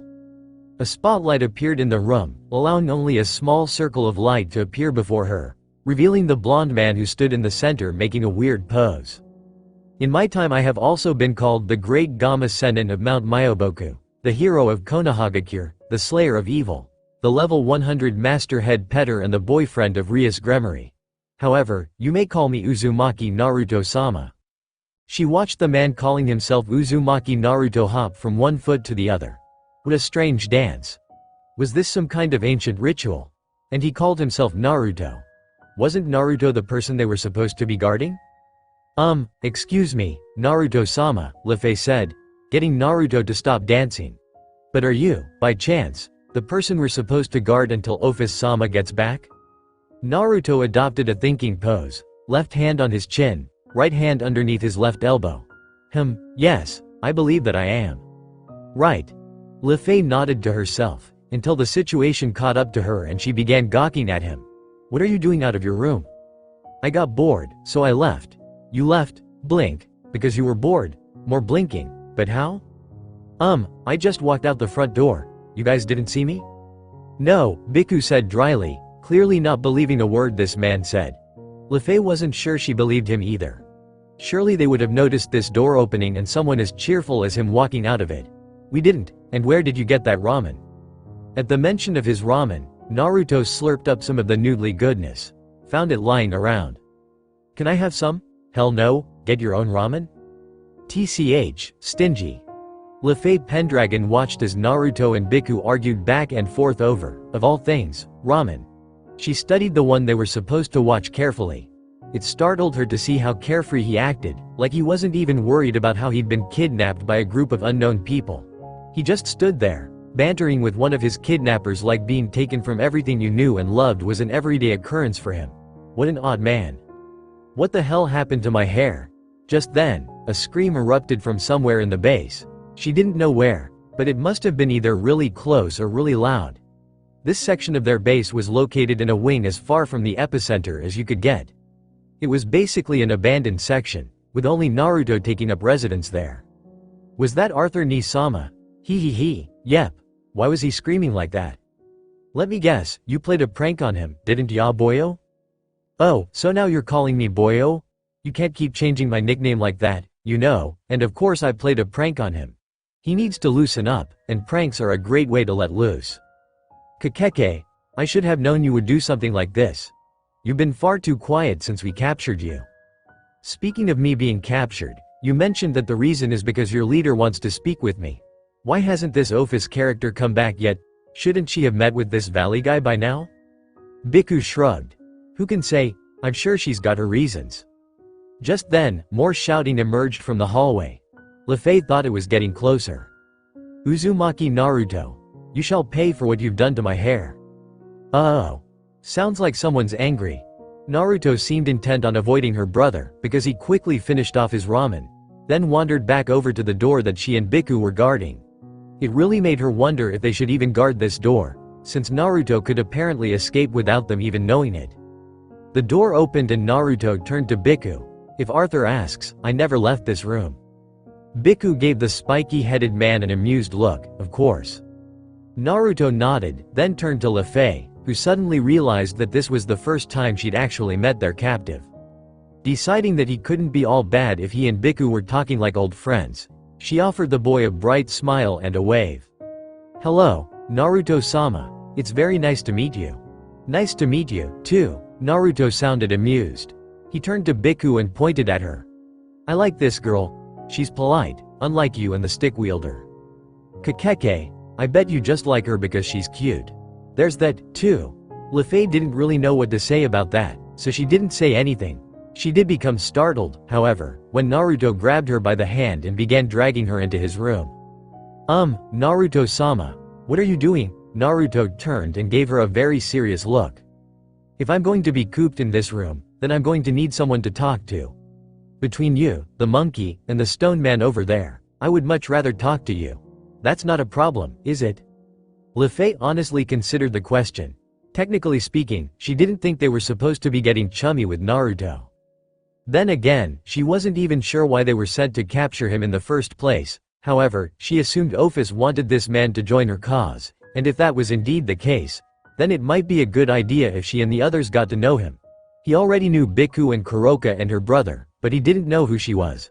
Therefore, wouldn't it make sense if they talked and got to know each other a little better? Sure, she replied cheerfully. LeFay was sure that Office wouldn't mind. Office didn't seem to care what they did with their free time. How else could she explain the chaotic state the Chaos Brigade was in with its constant infighting between factions? Great, came the equally cheerful reply of Naruto. Thus, the two blondes walked into Naruto's room, the door closing behind them. What up, boss man? Another Naruto said from where he lay on the bed. Finished your errands? Yep, Naruto replied to the other Naruto while LeFay stood there blinking. All finished. Thanks for playing chakra sonar for me.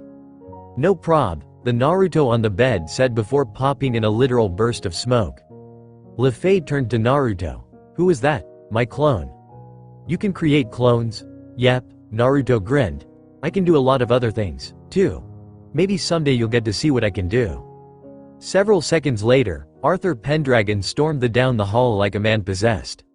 LeFay heard him stop at the door and begin screaming at Biku. Let me in that room, sorry, no can do. came the reply. You know we're not supposed to let him out on your orders, I might add. By the way, nice hair. Shut up. Don't talk about my hair. Don't even look at my hair, and I'm repealing that order, so let me in that room right now. Just why do you want to go into this room anyway? Got a crush? SSS shut up, shut up, shut up, shut up. Man, when did you become a tsundere? Who's a tsundere? Kakeke.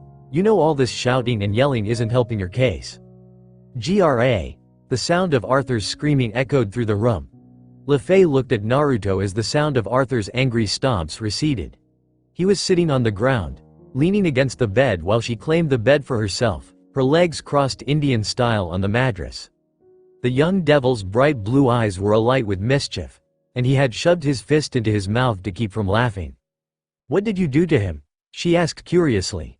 Naruto looked up at her with the bright, shining eyes of a child who'd managed to escape punishment after successfully stealing a cookie from the cookie jar. I dyed his hair bright pink and gave him cornrows. Lefei stared at the young man for several seconds, then began giggling, and thus, a new friendship was born. Devil Ninja. Rias sat on the couch, waiting. Her eyes surveyed the room.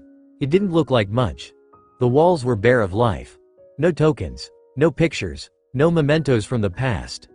A cream-colored floor defined much of the room's surface, save where it changed to tile several meters to her left, signifying the room turning into a kitchen. A staircase on the other side led to the loft. Kiba's studio apartment hadn't changed since she last saw it. It remained much the same as it always had. Neat, clean, tidy, impersonal. Perhaps this was because he rarely ever spent time in this place. She had bought this for him so that he would have a place to return to and rest after school and finishing contracts, but that's all this place seemed to be. It wasn't home. The sound of the door opening and closing alerted her to someone entering. Kiba stood in the doorway, taking off his shoes. He hadn't noticed her yet. I was wondering when you would show up. Kiba's head snapped up. His eyes widened when he saw her. He turned around and tried to flee. Rias snapped her fingers. All around them several magic circles with the Gremory clan crest flared into the existence. They were everywhere. The walls, the floor, the ceiling, and the door. This spell is a magical barrier that I devised with the help of Naruto. The magic circles are placed in an overlapping pattern both inside and outside of this space to create a single, much larger seal that is 20 times more powerful than what it would be if I simply created a bunch of smaller seals. Rias smiled at the memory. Her boyfriend acted like an idiot, but he had some incredible ideas locked away inside of that goofy head of his. Low and mid-class devils can't break it. Kiba hadn't turned around. His shoulders were unnaturally stiff. Look, Rias, I understand that you might not like what I'm trying to do. You're damn right I don't like what you're trying to do. Rias's words were calm, yet contained a hint of her anger. You think that going off on your own and leaving us, your family, to worry for your safety is the right thing to do? Or do you just not care what we think at all? Kiba winced. I know what you're going through, Kiba. You don't know what I'm going through, came the soft reply. How could you, when you've never experienced what I have? You couldn't possibly understand. Then make me understand. Rias stood from her seat, shouting. You stand here talking about how I don't know anything. As if I'm not aware of what happened to you, as if I don't know what the church did. I am well aware of what they did. I was the one who saved you, in case you forgot. So don't just stand there, telling me that I don't understand. If there is something I'm not getting here, then tell me. Silence. Her words were met with silence. Kiba said nothing for the longest time, and she just stood there, waiting. She would wait for as long as necessary. Kiba couldn't escape from this room without killing her, and she was confident that he would not do such a thing. He wasn't lost to her yet. You know of my history, bucko. I was an orphan who was picked up by the church. They offered me a place to stay, food, a warm bed, a roof over my head and friends to share it with. I thought it was almost too good to be true. A mirthless chuckle. Turns out I was right. Rias didn't say anything. While she knew what happened, it was not because of anything Kiba said. Her brother had found out what was happening and decided not to interfere, as it did not involve devils. Being the curious girl that she was, Rias had gone to where the experiment known as the Holy Sword Project had taken place, and it was there, in a snow-covered forest, that she found her knight. It didn't happen right away, the disappearances. We were first given a place to call home, were fed warm food, given beds and had a roof over our head. It was everything the church said it would be, and we were all so very happy. And then my friends began disappearing. Kiba shuddered, his body suffused with barely suppressed emotions. One by one my friends vanished into thin air. The priests told us that we couldn't see our friends because they had been selected to help them bring about God's work. That they were doing a great service to the church and would surely be rewarded for their efforts. Even though we were sad that our friends weren't able to see us anymore, we were happy because we thought that our friends were helping God. Kiba's bitter chuckle almost brought Rias to tears. We never even realized what was truly happening until much later. Kiba paused. Rias used this moment to center herself. What her knight was telling her now was something that he had never shared with anyone. This was the heart of his hatred. They eventually stopped being so secretive about what was happening, and they stopped pretending that our friends had been sent off to some faraway place. Some of my friends would be taken somewhere else, then brought back as sobbing wrecks, their bodies racked with unimaginable pain. However, even then we did not hate the church. We believed with all our hearts that we were doing God's work. We had faith, the belief that if we could just hold on a little longer, just endure a little more, then we would eventually be rewarded. But you weren't. The first words Rias had spoken since Kiba began his story. It wasn't a question. No, we weren't. I can only assume that, at some point, they must have gotten whatever they wanted, or maybe they just deemed everyone there as failures and planned on starting from scratch. I don't really know. All I remember are the choked screams of my friends as gas was leaked into our bedrooms one night. Half of us never even got a chance to run. Most inhaled too many fumes and died before we even knew something was wrong. They were the lucky ones, those few that died quickly. The rest of us weren't so lucky. Rias's shoulders began to shake. She knew that crying would not be the right thing to do. Kiba did not want her pity, so she would not give it to him, even if it meant sucking up her own feelings of sorrow. I remember those of us who managed to escape were gunned down from behind. A few of the braver ones turned and ran back to protect the younger ones. It didn't matter though. All of us were gunned down one by one, until only I was left. Rias held a hand to her mouth and stifled her sob. You want to know what the worst part about all this is? The worst part about all of this isn't just knowing that my friends died, but that their deaths were in vain. That they died for nothing. The Holy Sword Project, which tried turning regular humans into potential Holy Sword users that could wield Excalibur, was a failure. And all they had to show for it was a pile of corpses. Perhaps, if the project had been successful, if my friends' deaths had achieved a greater purpose, maybe then things would have been different, maybe I wouldn't be this bitter. But it wasn't, and now I am haunted by my friends' deaths, of the people I loved who died in vain, of how I didn't have the power to protect them. Kiba raised his hands and looked down at them, clenching and unclenching. Rias could imagine the mirthless smile on his face. Naruto would probably hate me. He was always going on about how revenge and hatred solves nothing. No, he wouldn't, Rias said with absolute surety. Naruto isn't capable of hating a friend. He's barely even capable of hating an enemy. He wouldn't approve of the hatred you feel, but he would at least understand it. And what about you? Do you think it's wrong for me to feel this hatred? To want revenge? Of course not, Rias shook her head. I am a devil. I know a lot about negative emotions, and I know how strong those emotions can be in a human. Feeling hatred towards someone who has wronged you is a natural feeling. Everybody who has ever lived has felt hatred. Even Naruto. Love and hate, happiness and sadness, completion and loss. One cannot feel one emotion without feeling the other. They go hand in hand with each other. Yes, Kiba said faintly, I suppose they do. A pause. After seeing how you and Naruto act around each other, it is easy to forget how worldly you are. Worldly, Rias tested the word. I guess that fits, in a way. As a pureblood devil, I am an embodiment of desire. The sins that humanity calls deadly are what drives our kind forward. Lust, gluttony, greed, sloth, envy, pride, wrath. We embody these traits fully. However, the mark of a good devil is to never let these traits control you. We are always in control of our emotions and never let our emotions control us. And that is why I am worried about you. Kiba stiffened. Rias walked forward with slow, delicate steps. Ever since the Holy Sword users arrived, I have watched you descend into darkness. I've seen your hatred manifesting in ways that make me worry for you. I see you lash out at people, isolate yourself from your friends, And I worry that if you keep letting these emotions control you, then you will slip farther and farther away from me and the others. And I do not want that. Rias reached Kiba, stopping behind him. She placed her hands on his shoulders, which caused Kiba to stiffen. Ignoring his response, she slowly turned him around until they were facing each other. Then she hugged him. It was almost amusing to see the startled look etched on his face right before she grabbed his head and pulled it to her chest. She wrapped her arms around him, cradling his head on her bosom, her hands gently stroking his hair. You are my knight, Kiba, a member of my peerage and a part of my family. I love you very much and I refuse to let you go. Even if you try pushing me away, I will always be there for you. Something wet stained Rias's shirt. Tears, she realized. Kiba's tears. If it is revenge that you seek, then I, as your king, shall do everything in my power to make sure that you can have your revenge. The tears increased, soaking into her shirt and expanding outward from her chest. The only thing that I will ever ask of you is this. Do not abandon us for the sake of revenge. Allow us to walk alongside you.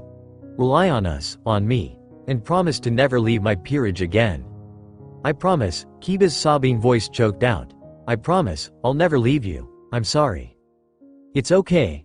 Everything is all right now. Just let it all out, Rias murmured, stroking Kiba's head with the tenderness of a mother comforting her child. Devil Ninja. Naruto ate lunch with Luffy, Pendragon and Biku. They no longer confined him to his room. Probably because he kept sneaking out. It didn't matter either way. All that Naruto cared about was eating lunch with his two friends. He considered Luffy a friend, but he wasn't sure about Biku. Pranking rival would be more accurate. He spent a lot of time with these two, more than he did the other two. Arthur and Kuroka. The holy sword user didn't like him and he didn't like Kuroka. It had nothing to do with her personality. Naruto was sure that, had their circumstances been different, they would have gotten along famously. He was just being stubborn. Kuroka left Kaneko to fend for herself, and Naruto loved the younger Nekusho. Getting along with Kuroka while Kaneko hadn't forgiven her sister felt too much like betrayal to him. No way. Luffy looked at him in shock, her face red and breathless from giggling. Biku couldn't even say that much. He was too busy laughing. Did you really? I shit you not, Naruto grinned. When I was 12 years old, I painted the monument that possessed the faces of all my village leaders in broad daylight, wearing nothing but a bright orange jumpsuit. Get out of here. I don't believe you. I believe him, Biku nodded, still cackling like a monkey, Naruto supposed. Did monkeys cackle? Son Goku sure hadn't. His belly laugh had been rumbling. That sounds exactly like something you would do. Their mirth halted, if only for a moment, as a flushed red Arthur sat down next to them. Not a word, the young man spat. A single second of silence ensued. Then Biku, Luffy and Naruto began laughing once more with renewed ferocity. Arthur Pendragon, descendant of Morgan Le Fay and the man whose namesake he was born from, looked like he'd been dipped in rainbow-colored tie-dye. His face was a facet of numerous psychedelic colors.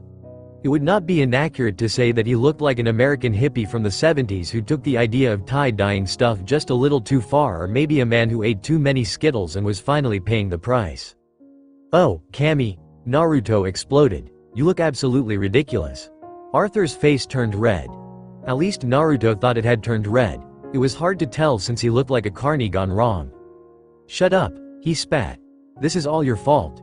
You and your damn pranks. Naruto just grinned. Hate to break it to you, but this time it wasn't me. Arthur, in his embarrassment-induced rage, didn't even seem to catch the "this time" part of Naruto's words. Wasn't you? But if it wasn't you, then who? His eyes widened, right before they began smoldering. Biku.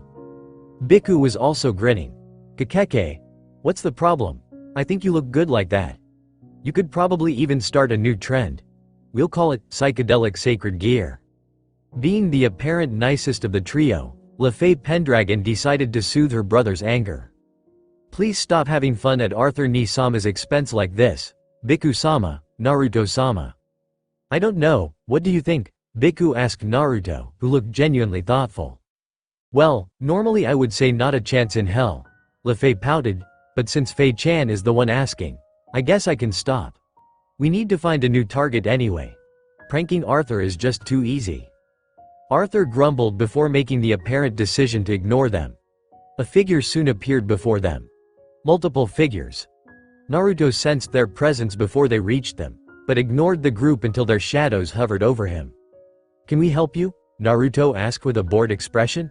"I had not realized you were allowed to leave your cell," was the response. "Are we letting prisoners out now? How can you deal with this devil anyway?" "Biku, I could understand. He's not human. But you, Lefei? Arthur, leaving my faction wasn't enough? Why have you decided to befriend this devil?" "He's not my friend, stupid git," Arthur mumbled and was subsequently forced to suck in a breath when Lefei elbowed him. "Be nice, Mi-sama. Sorry, you're not sorry at all." Naruto looked up at Cao Cao, surrounded by 3 members of his faction. His vision trailed to a blonde woman, beautiful, with an even more beautiful smirk that reminded him of a pit of vipers.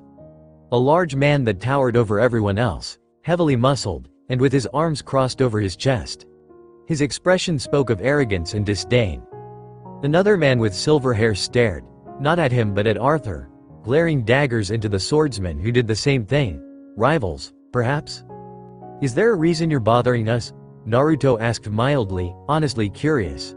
The so-called hero faction of the Chaos Brigade, as he learned they called themselves from Lefei, did not appear to like him very much, for reasons that he couldn't understand. "I was not talking to you." What a rude remark. This Cao wasn't earning any points with him. "I see. In that case, why are you bothering my friends? Don't you have better things to do, like, getting the base some milk or something?" Cao Cao twitched, but kept his cool. Damn, it seemed the idiot was learning. "I would not expect a devil like you to understand. Then again, I am also surprised that you would stick up for devils." "Ah, here it goes again.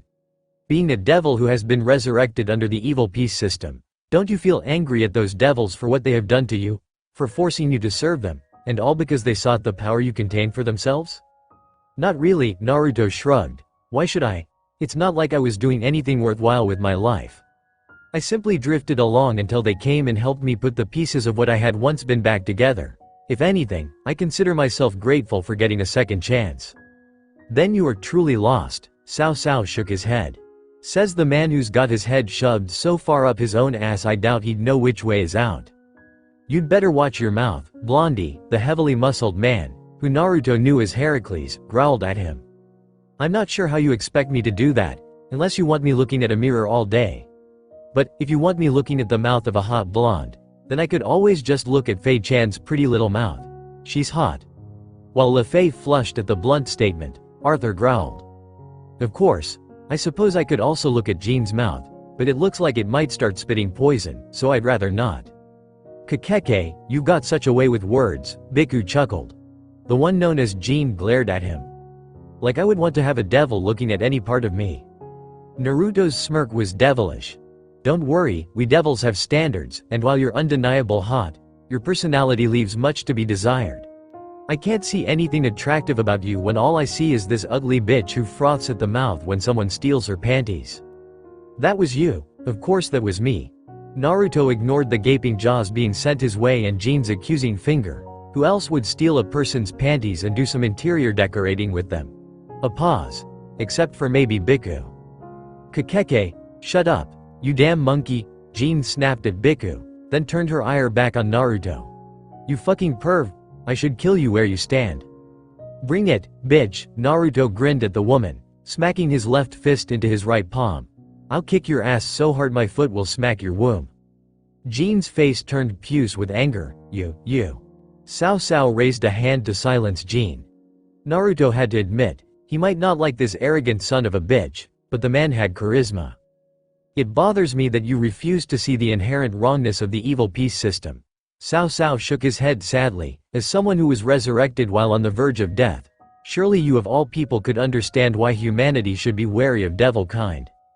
Don't you feel even the least bit annoyed by how your humanity was forcefully taken from you, without you even being given a chance to deny them?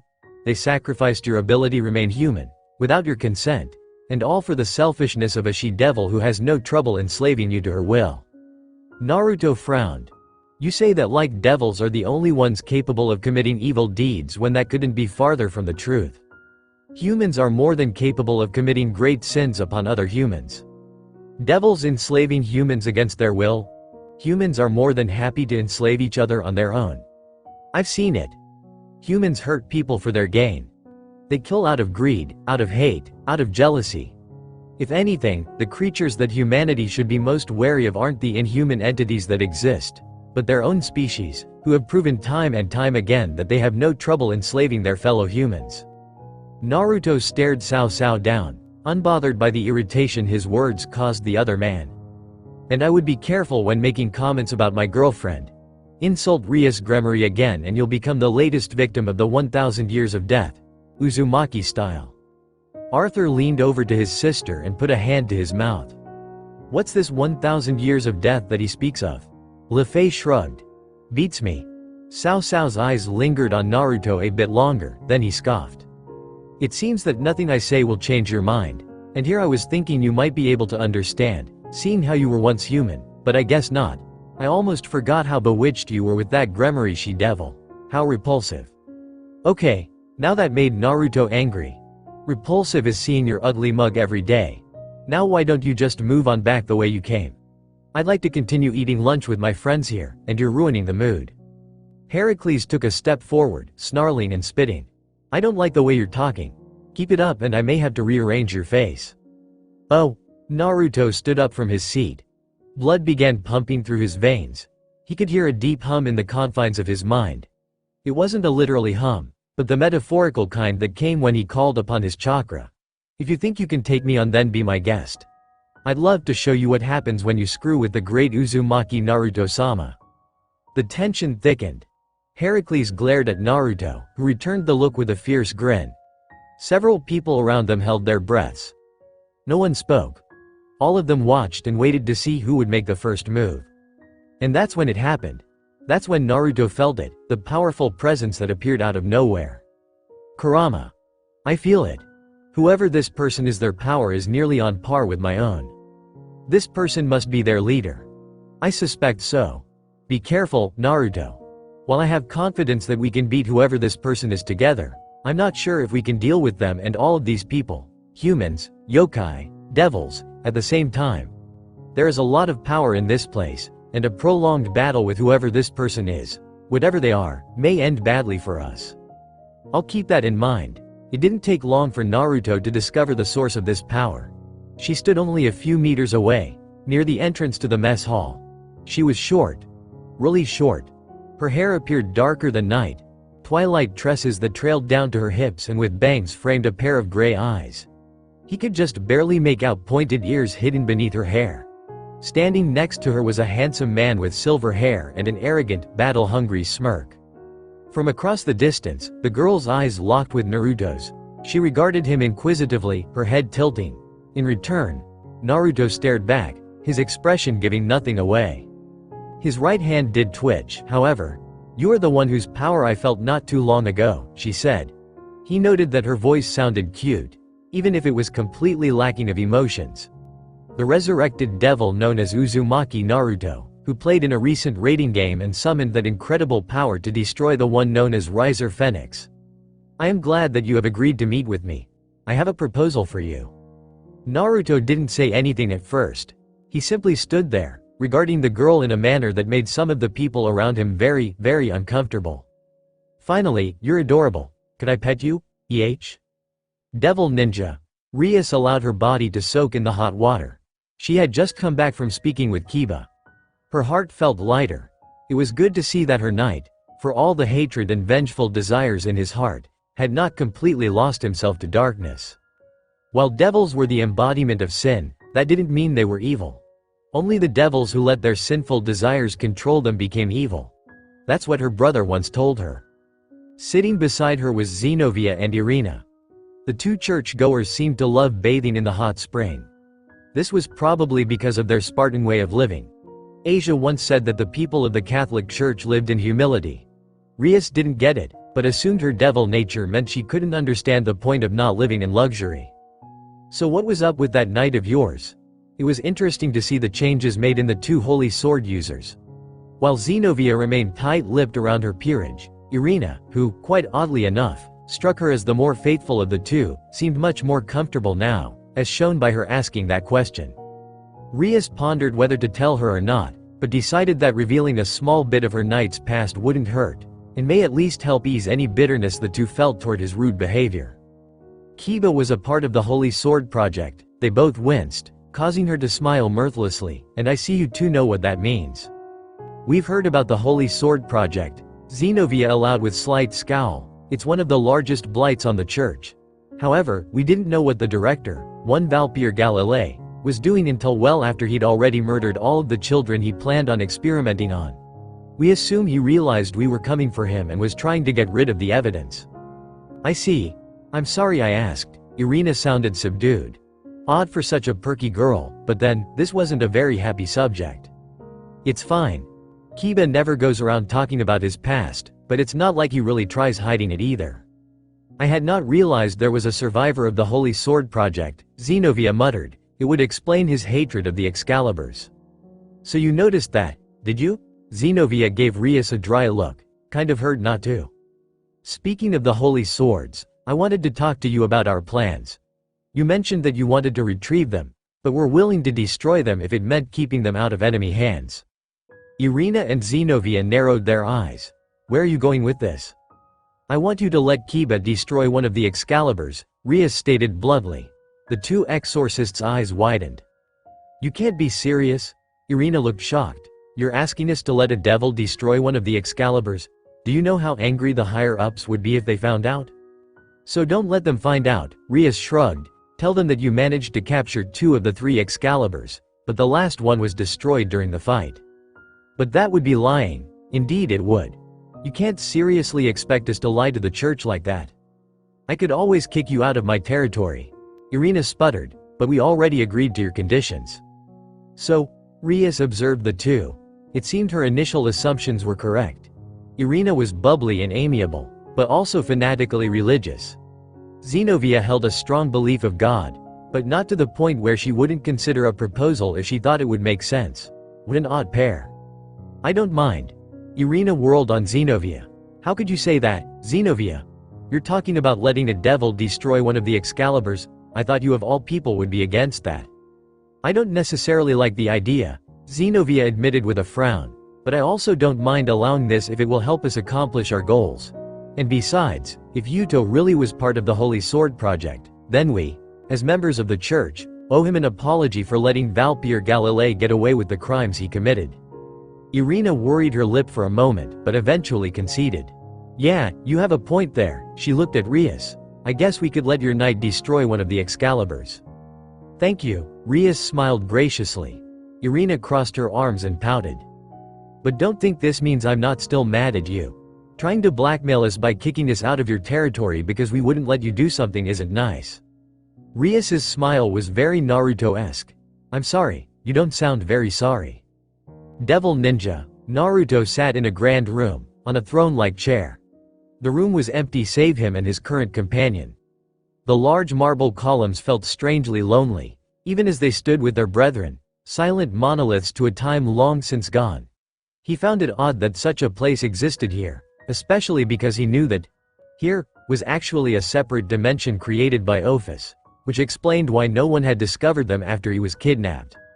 His companion of the hour, Ophis, was sitting on his lap.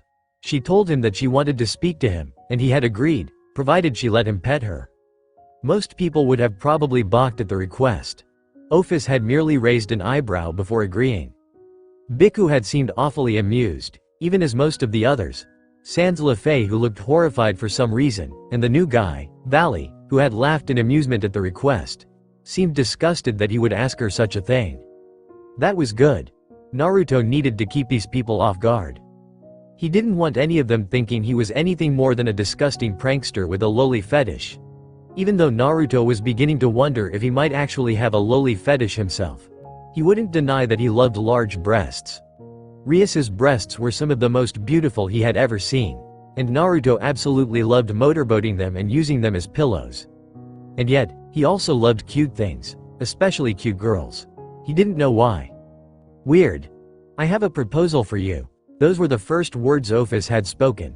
He didn't know how long they had been sitting there, but it must have been a while. He wondered if maybe his head petting made her forget why she had asked for him. He wouldn't be surprised. Kaneko often said he was an awesome head petter. I'm listening, Naruto said. his hands straying past her hair to find those adorably pointed ears. They reminded him of elf ears. Except elves weren't so short. He thought about saying she was dwarf size, but she was far too damn cute for him to think of her in the same capacity as dwarves. Ophis didn't speak for a second, and when she leaned her head into his skilled hands, Naruto grinned. It looked like head petting worked on lawless of all types, regardless of whether they possessed enough power to destroy the world several times over. Oddly enough, even head petting did not get Ophis to change her voice from its bland overtones.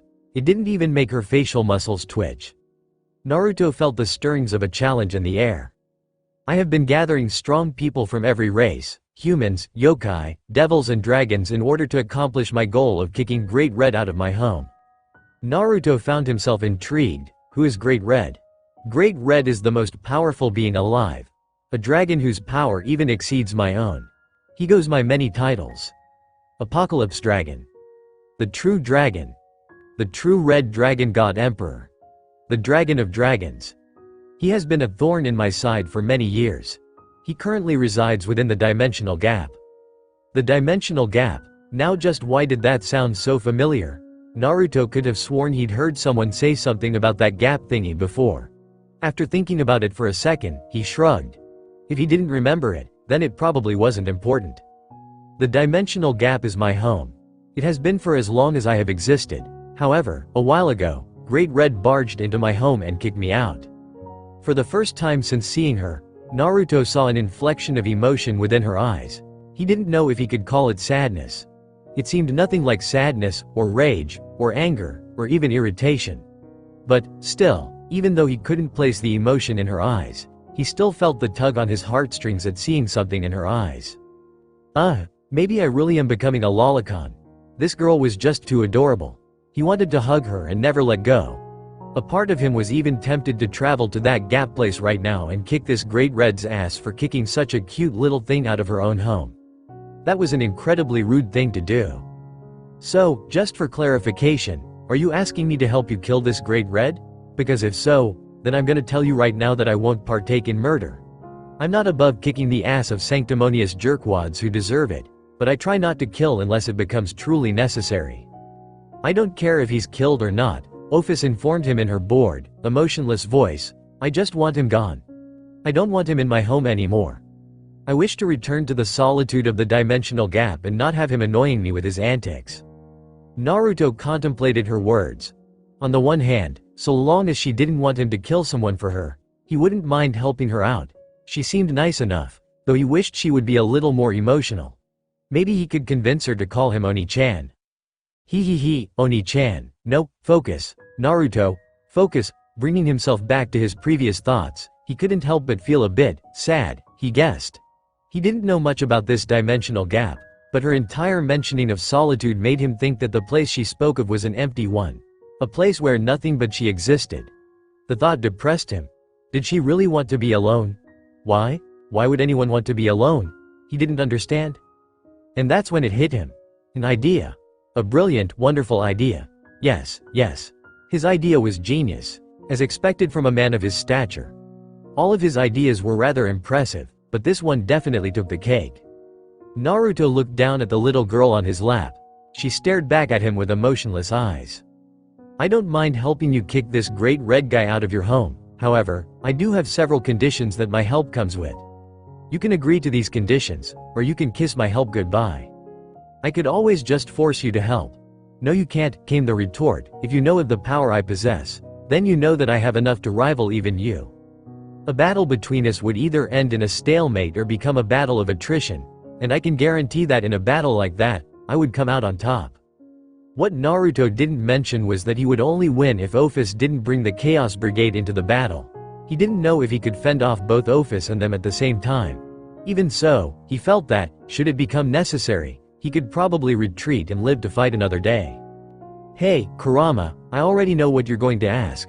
To answer your question, yes, I can break through this dimension and get us back to the one that your friends are in. A fight between you and Ophis won't even be necessary.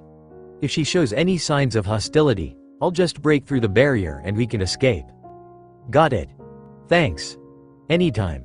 While Naruto held a conversation with his inner Fuzzy, Ophis continued staring at him like he was a puzzle to be solved. He didn't even notice her curious gaze until he and Kurama stopped speaking. "Something up?" he asked. "Why did you stop petting my head?"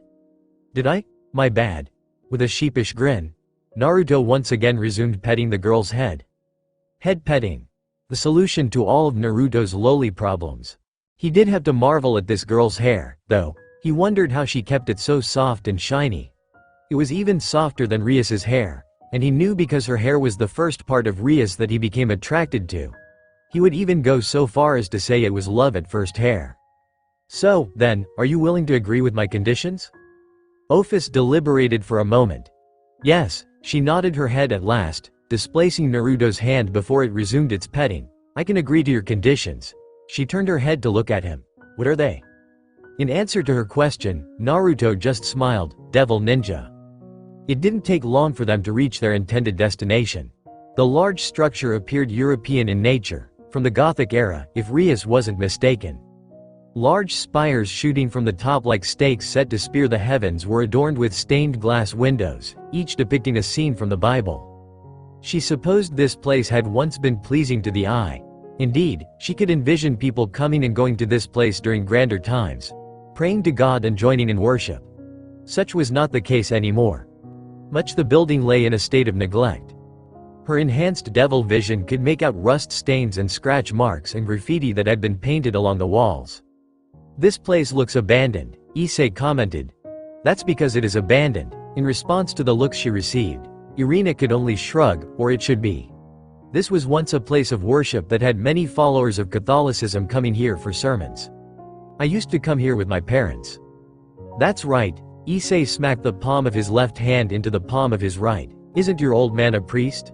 I think I remember him inviting me to church once." "That's right," Irina nodded, seemingly pleased that he remembered. "My father held sermons here. We would always come to church on Thursdays and Sundays to hold services. Dad wanted to invite you, and then he found out about your fascination with breasts and decided to stop asking." Ufufufu, Akano held a hand to her lips. "Ice-kun does have quite the fascination with breasts. He certainly loves mine quite a bit." Issei began blushing. "For some reason I'm not really sure I feel comfortable talking about this in public." "Now don't be like that." Akano smiled a devil's smile. "You're always going on about how you're going to become a harem king. But you blush whenever I mention how you enjoy my breasts. That sort of thinking seems awfully backwards." "Listen, Akano, this and that are two different things." Issei clenched his hands into unholy fists that trembled with determination and lust, but mostly determination. "I would gladly proclaim to the world my intentions of becoming the harem king. It is a goal that all men should aspire to, for there is no greater worth of a man than the number of beautiful women he can call to his side." "Oh boy." Rias resisted the urge to palm her face. Irina and Xenovia looked appalled. "Here we go again." "There is nothing wrong with talking about one's dream." Issei seemed heedless of the disgusted stares the churchgoers were giving him. "I will never be ashamed of proclaiming my dream of having my very own harem to the world, because someday, if I say it enough times, then maybe it will come true." The perv's lost his mind. Kaneko deadpanned. "Disgusting," Ravel agreed. "I am terribly sorry about my friend's behavior towards women. Even Kiba was apologizing to the exorcists. I don't know where he got his fascination with having a harem, or breasts, or butts. But I am sorry if he has offended you in any way." "Oh, shut up.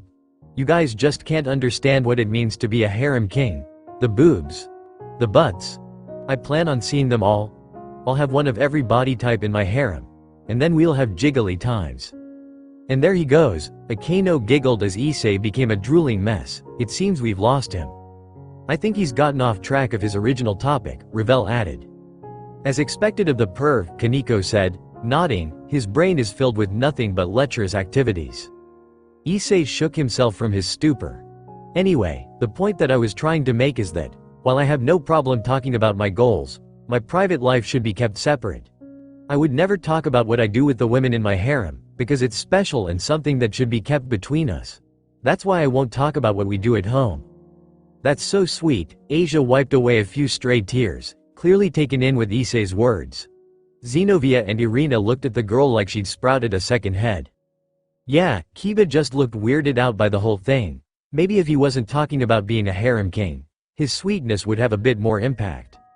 Issei's about as sweet as Dango that's been left in a sumo wrestler's gym locker for 6 months, Kaneko added. Can we just get a move on? Rias sounded desperate, please. I suppose we should, Zenobia said. The sooner we do this, the better. Are you sure it's safe to go in? Akeno asked. Irina shrugged. It should be. This cathedral started to lose its appeal before my parents and I moved. I remember Dad coming by and helping them remove all of the symbols of worship so they could be distributed to other churches. There shouldn't be any left, so devils should have nothing to worry about entering. Right, Rias took a deep breath. Well then, let's go in. The group continued moving up the cobblestone path. Trees encircled them from all sides. They isolated this place, blocking all the paths a person could take to get here except the main entrance several miles back. This cathedral had been built long before Rias became the overseer for this site, and she'd made it a point to avoid going anywhere near here. This place had definitely been abandoned for at least several years. Her eyes could see holes in the stone floor where pews once stood as monuments of worship. The marble columns had long since lost their luster. Mildew grew along the bottom of walls, crawling up the sides and showing off the cracks along the surface that came from age and abandonment. Several staircases made of wood were missing stairs, likely from decay, Rias concluded. However, these were all secondary to her vision. In the back of the room were a set of doors. Burnished bronze and rusted with age, they didn't look like much anymore, though Rias could easily picture them back when this place had been filled with worshippers. They had probably been an impressive sight back then. Now they were just plain eerie. Well, hello, an obnoxious voice called out. Welcome to this fine establishment of worship devils and gals. I hope you've brought your A game on. It wouldn't be any fun if you didn't at least make me work before you all die. Freed. Issei snarled, eyes darting around in fury. Ah, a familiar face. You're the boy with the dragon gauntlet, aren't you? And I see sweet little Asia has come to visit little old me as well. How are you, my dear? Have you been enjoying your life as this devil's cumdom? Quaking at the sound of the familiar voice, Asia huddled behind Akeno and Issei. Still hiding behind that weak little bitch of a devil, I see, Freed sighed sadly. You really should learn to be a bit more confident. However will you become something other than dense little slut if you don't? Then again, you're a devil now, so I guess it doesn't matter. Rias frowned. Was it just her? Or had this man's mouth become even more vulgar than she remembered? Rias-sama. Rias put a hand on Revel's shoulder, steadying the girl. Don't worry. I know this man sounds vulgar and disgusting, and he is vulgar and disgusting, but we've dealt with him before. Doing so again shouldn't be a problem. Oh, but it will be a problem. A very big one, in fact. You see, I'm not the same man I was back then. I'm a new man. I've changed, reformed, you could say.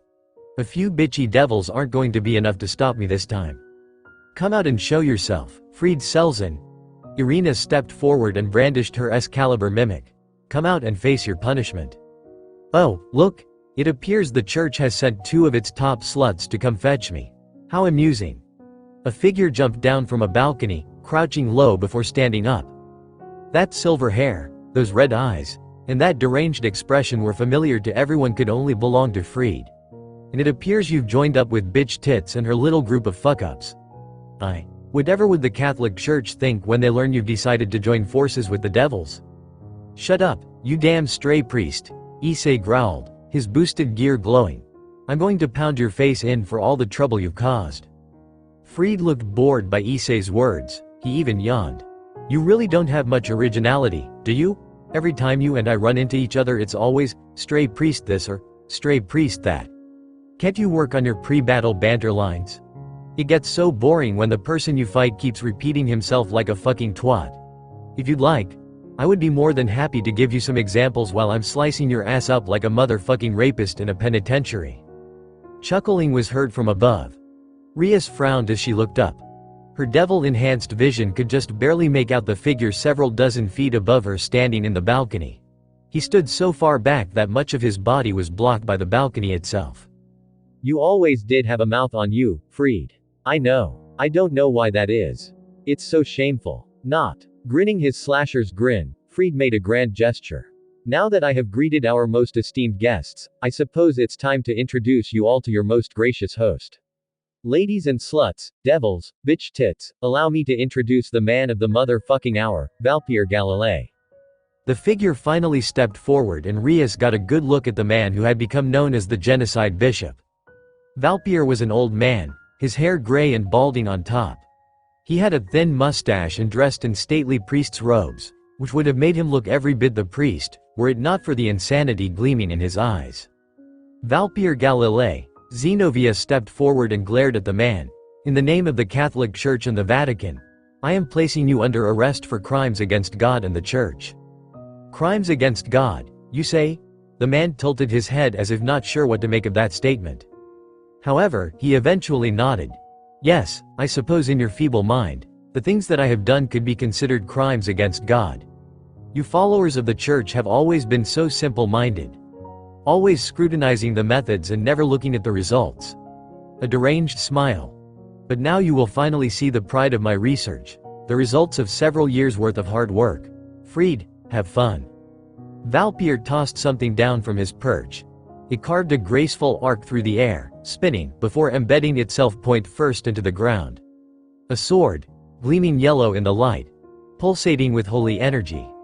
Rias stared at the sword in worry. Whatever this weapon was, it held far more power than the two Excaliburs that Irina and Zenobia were using. Alright, now this is a sword. Freed's fingers wrapped around the hilt, holding it in a fierce grip as he yanked it from the ground. Then he proceeded to swing it around, laughing like an insane child. This is so much better than the other Excaliburs, old man. Oh, I'm getting goosebumps just holding it. Think of how much better I'll feel using it. I may just orgasm on the spot. That sword, Irina muttered nervously. Valpier smiled. Do you like it? While incomplete because I lack the other 4 Excalibur pieces, it still holds a lot more power than the original 3 this was made from. You reforged Excalibur? Zenovia's eyes widened in horror. Indeed I did, Valpier nodded. He looked quite pleased with himself. You don't know how long it took to discover the process of reforging Excalibur into a single blade. Years of back-breaking research, of poring through old documents and tomes, only to come up short. I had almost given up hope when I realized that the method for reforging one of the greatest weapons in the world lay not in the past, but had to be discovered by those living in the present. It took me a long time, but at last, I have done it. And now that I know the method to reforging Excalibur, I can gather all of the pieces and create the blade that was once held up as the greatest holy sword of all time. No, Rias whispered in horror. The situation was far worse than she had originally thought. She never would have imagined that someone could actually reforge Excalibur into a single blade again. The idea of such a powerful weapon that could be used against devils being made whole caused shivers to run down her spine. Our Rias, Sama, Revel. The poor thing was shaking horribly, clearly overwhelmed by the feeling that the holy sword gave off. Rias quickly moved in front of her, attempting to shield the Phoenix Heiress from the effects being near that blade caused. I can't believe you fused them, Irina's coarse voice muttered in wide-eyed horror. You'd better believe it. Freed, his tongue hanging from his mouth, held the sword near his crotch and began humping the air with it. Oh yeah, just look at my baby now, it's so big and long and hard. I just can't wait to shove my Excalibur up your cock-stained devil asses. This is blasphemy. Zenobia glared up at Valpier. Excalibur was meant to rest in pieces. That was the edict passed down by the Church. You have no right fusing these swords together. Even if you were still a member of the Church, this would be outside of your jurisdiction. Naive little girl. Valpier shook his head in a pitying manner. Swords are meant to be used. To not reforge Excalibur into a single blade is the height of folly and one of the Church's greatest failings. His lips curled into a cruel smile. Of course, it seems even Michael is not above using my research to further his goals. You two are proof of this, after all. What do you mean? Irina looked almost afraid of the answer. I mean that you two are artificially created holy sword users, are you not? The words sent ripples through the Gremory group. Irina's and Zenovia's eyes widened. Did you really think I wouldn't recognize my handiwork at play here? From the moment I saw you two standing before me, bearing your Excaliburs, I knew that the Church had used my research without me. Irina, Issei swallowed. Is this true? Yes. Irina looked pained. Especially when she saw the expression on Kiba's face. It's true. I'm not a true holy sword wielder. I was given a gem, which Michael said was the blessings of God and that it would allow me to wield a holy sword. I didn't know it was actually the result of this man's work. Valpyr chuckled. I suppose I should take the knowledge that Michael isn't afraid to use my research as a compliment, although I highly doubt he has the will necessary to actually sacrifice his own subjects. He probably found some way of getting the genetic code needed without killing anyone, thinking it would be more humane or something. I'll never understand why some people are so afraid of getting their hands dirty. And what do you plan on doing now that you have reforged Excalibur? Rias asked. Why, that should be obvious. Valpyr actually had the gall to chuckle. I plan on helping my master start a war. I'll start by killing you, Rias Gremory, and then I'll send your corpse to your dear older brother in the underworld. Perhaps I should send it in pieces. What do you think I should send first? I think Sears X Lucifer would become quite enraged if he saw his younger sister's pretty little head packaged in a box. I'll even wrap it up and put a nice bow on it. The older man sighed in pleasure, like he was sipping a fine wine. It'll be just like Christmas. Ah, but then, you devils don't celebrate Christmas, do you? Perhaps a birthday, then? Rias gritted her teeth. You're insane. Insane? Do you even know the definition of that word? Insanity is merely the act of doing the same thing over and over again, and expecting different results each time. No, I am quite sane, thank you very much. Enough of this, Zenobia shouted, holding her hand out to her side. The air around her hissed, wind whipping about, turning into a fierce gale. Light erupted from her hand, a multitude of beams that joined together, forming a hexagram, a ward that ripped a literally hole in space. She reached in, slender fingers wrapping around something inside, a hilt, which she pulled out from the depths of the space. Broad, long, and with a straight edge, the blade she brought to bear was unmistakable, as was the power that wafted from its frame like a hurricane. This is Durandal, Zenobia pointed the weapon at Freed. I can't control him very well yet. He has a tendency to not listen to what I say and he likes destroying everything he touches. I normally keep him sealed because I don't want him destroying anything, but in this instance, I don't think he'll mind. Rias shared the surprise of her fellow peerage. Even Irina seemed surprised, oddly enough, and she got a sinking feeling upon noticing. Their foes didn't seem to be worried. Oh dear, Valpyr muttered. I don't remember doing any research on how to make artificial sword wielders for Durandal, and I'm almost positive that Michael doesn't have the guts necessary to research a method.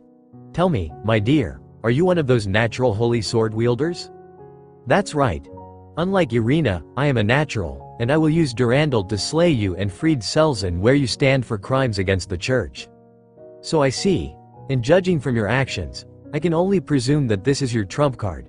Valpyr's cruel smile came back with a vengeance. Very well then, since you have shown me your trump card, please allow me to show you mine. They stalked out of the shadow in droves, cloaks wavering as they moved, steel greaves pounding against the stone floor with heavy thuds and the dull clanking of metal. They were like something out of a fairy tale. Armor glimmered with sparse trickles of moonlight streaming in from a hole in the ceiling. Glowing red eyes burned from deep within the regal frames of iron-wrought helms reminiscent of armor from the Holy Crusades. Halberds gleamed brightly from scant traces of moonlight. Rias and the others took a step back in fear. They are not Knight Templars, if that is what you are thinking. Valpyr still stood on the edge of the balcony and looked down at them with undisguised pleasure. Most unfortunately, a group of fanatical knights like the Templars would not betray the church to join me. Although they might, once they discover that two of their holy sword users are working with devils. But no, these forms that you see before you, they are another one of my creations. They are suits of armor, empty husks that have been animated through the power of human sacrifice. The power of human sacrifice? Zenobia looked physically ill. Irina clamped a hand over her mouth, trace amounts of vomit leaking from between her fingertips. Indeed. When I began working on creating an artificial holy sword user, the problem that I ran into was that none of the people who were selected had enough of the genetic material required to wield a holy sword. My theory was that if I could acquire and combine the genetic code required from all of them and transform it into a physical form, a crystal, then I could create a person capable of wielding holy swords. There, genetic material. Kiba looked torn between rage and sickness. Rias understood how he felt. Even she was disgusted by this man's depravity. Yes, their genetic material. Valpyr cupped a hand to his chin. It took a while, But my research finally gave me the means of creating artificial holy sword users. However, afterwards, I ended up with all of this excess material that I did not know what to do with. My first thought was to just throw it all away. I had what I wanted, after all, but then another thought occurred to me, a question, if you will. What if I could somehow use this excess material to create something else? Rias's stomach tightened in disgust. She felt like vomiting. Issei looked sick and Asia whimpered behind him, her fragile form quivering as she mewled pathetically. Next to them Akeno shook, not in fear or disgust, but in anger. Kiba seemed to be of like mind, while Xenovia and Irina fought of their own disgust at how this man had perverted humanity to further his own agenda. Oh, Revel nearly fell to the floor, and would have, had Kaneko not caught her. I've got you. Revel cast her friend a wan smile. Thank you. You're welcome. Above them all, standing on high as if they were beneath him, Valpier basked in his own sense of accomplishment. The genetic code, the material necessary to complete my project, was but one small part of the human psyche, the soul, if you wish to use the term. And that's when it occurred to me. Valper's grin made Rias's stomach churn. What if I could use the rest of these souls to create an army? An army of undying, unyielding golems who would never disobey my will, who would help ensure that my master's plans to embroil this world in war succeeded. And look at my accomplishments. Look at my creations. I have succeeded in raising an army that obeys my every whim. And all it took was the sacrifice of a few hundred human lives. You're mad, Rias declared. Genius and madness have always gone hand in hand, girl. One cannot be a genius without being a trace touched in the head. But that is fine. I do not expect you people to understand the greatness of what I've accomplished here. Now go forth, my army, go forth and rip these devils and those two fools of the church apart. Rend them. Tear their flesh from their bones. Show me that I was not wrong to give you these forms. Like the turning of a giant spoke the figures lurched forward, slowly, ponderously, their heavy frames took thunderous steps that reverberated along the ground. They closed in on the group, who quickly began backing away. Xenovia swiveled her durandal from freed to these forms. But they did not slow, they did not halt, instead they continued inexorably forward as if incapable of doing anything else. And then they spoke as one, their voices a sick, grating rasp filled with pain. Help, release, please, the demonic sword Kiba had conjured dropped to his side. His eyes widened in horror. No, those voices, it couldn't be, ho? Do you recognize some of those voices? Valpier studied the young man with a hungry gleam in his eyes. Ah, now I understand. If I am not mistaken, you're that sword birth user we had in our clutches at one point. I had actually planned on using you last, since I felt you were prime research material. How unfortunate that I never got the chance to see what gains I could have achieved from experimenting on you.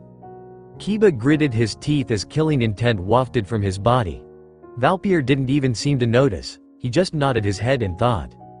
Yes, it is no wonder that you of all people would recognize some of these voices. Sick chuckling bubbled from a mouth with a macabre's grin. After all, many of these golems were once friends of yours, if I am not mistaken. It only makes sense that you would recognize them.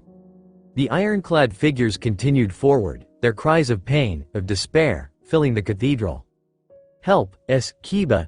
Tears spilled from Kiba's eyes as the voices became more distinguishable.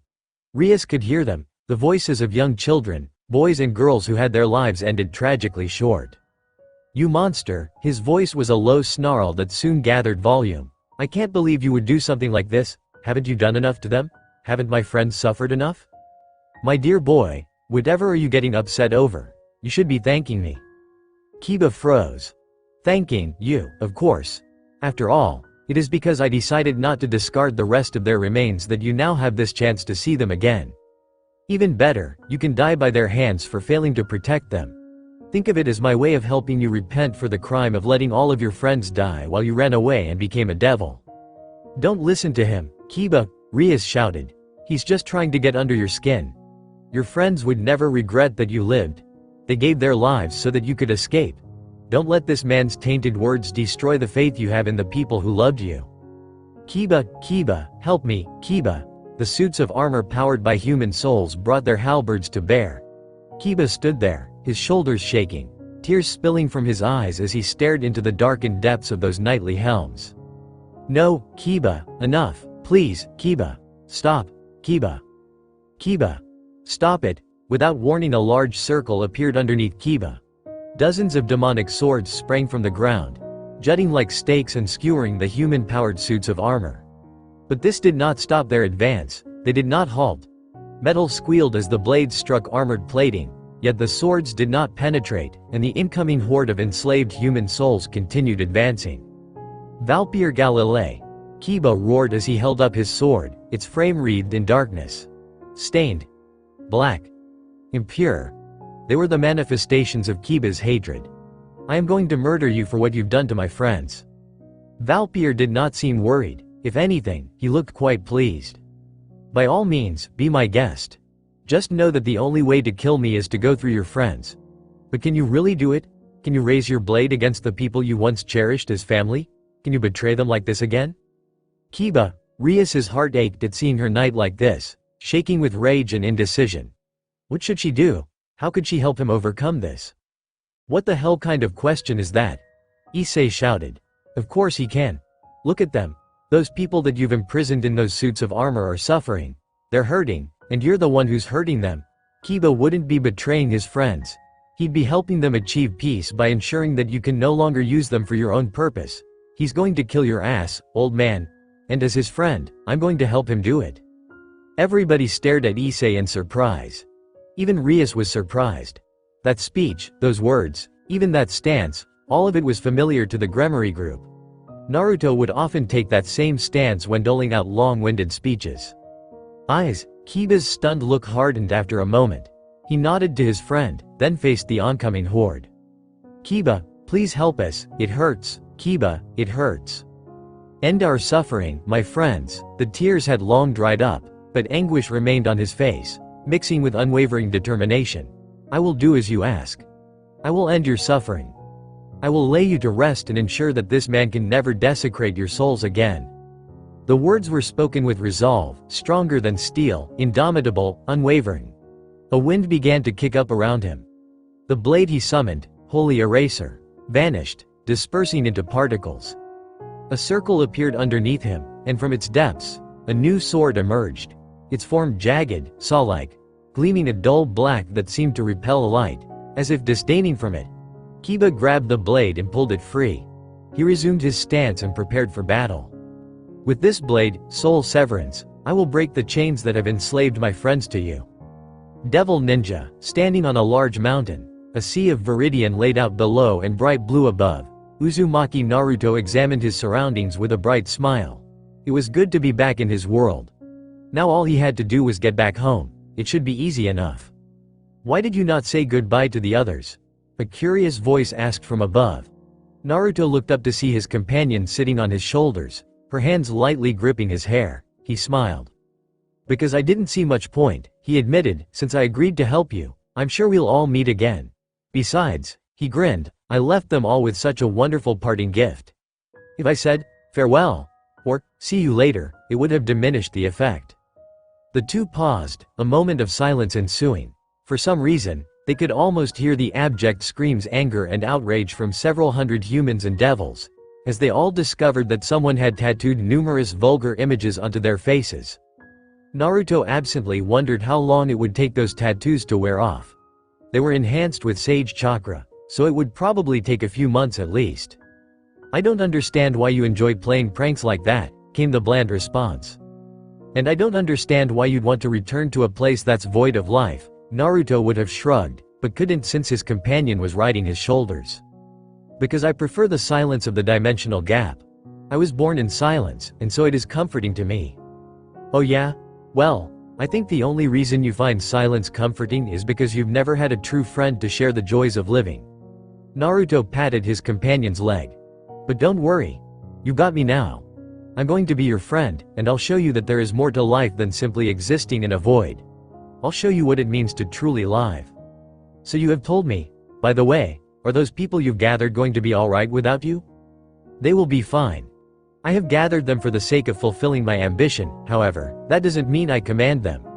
They have sworn their allegiance to me in order to gain power, but I'm mostly just a figurehead. I let them do what they want, and I aid them when they ask for power, but beyond that, I don't take any part in what they do. Isn't that kind of irresponsible? While Biku, Fei-chan and their group seems nice enough. Those people in the devil and hero factions are a bunch of douchebags. I'm not sure letting them run amok is a really good idea. It doesn't matter, was the dismissive response. I don't really care what they do. Just so long as they help me return to the dimensional gap and achieve everlasting silence. Naruto sighed. He didn't think Ophis was a bad person, dragon, whatever, but her desire to return home superseded everything to the point where it seemed like she had a complete disregard for other people. She was, it seemed, a very selfish person, yet also strangely pure and naive. Ah, whatever, Naruto said at last, spend a little more time with me and I'll be getting you to sing a new tune. Pretty soon you'll forget all about that dimensional gap, the Chaos Brigade, and will instead start caring more about other people and having fun with me. Fun? That's right, fun. You're going to be living with me for the foreseeable future. Give me a few days, a week at most, and I guarantee that you'll eventually start wondering why you ever wanted to return to some void between worlds. That's an awfully bold statement, a bland response. She clearly didn't believe him. Of course, Naruto thumped his chest. Have you already forgotten who I am? I'm Uzumaki Naruto, devil ninja extraordinaire, the greatest sage of Mount Myoboku, and the soon-to-be most powerful being in existence. There's nothing that I can't do. His smug words were answered with a shrug. If you say so, I do say so. Naruto's hands gently wrapped around the girl's legs. He then began trekking down the mountain. Now then, I believe we have dilly-dallied enough. You'll understand why I'm so confident once we're back home. Speaking of home, do you even know how to get there from here? That's what I thought.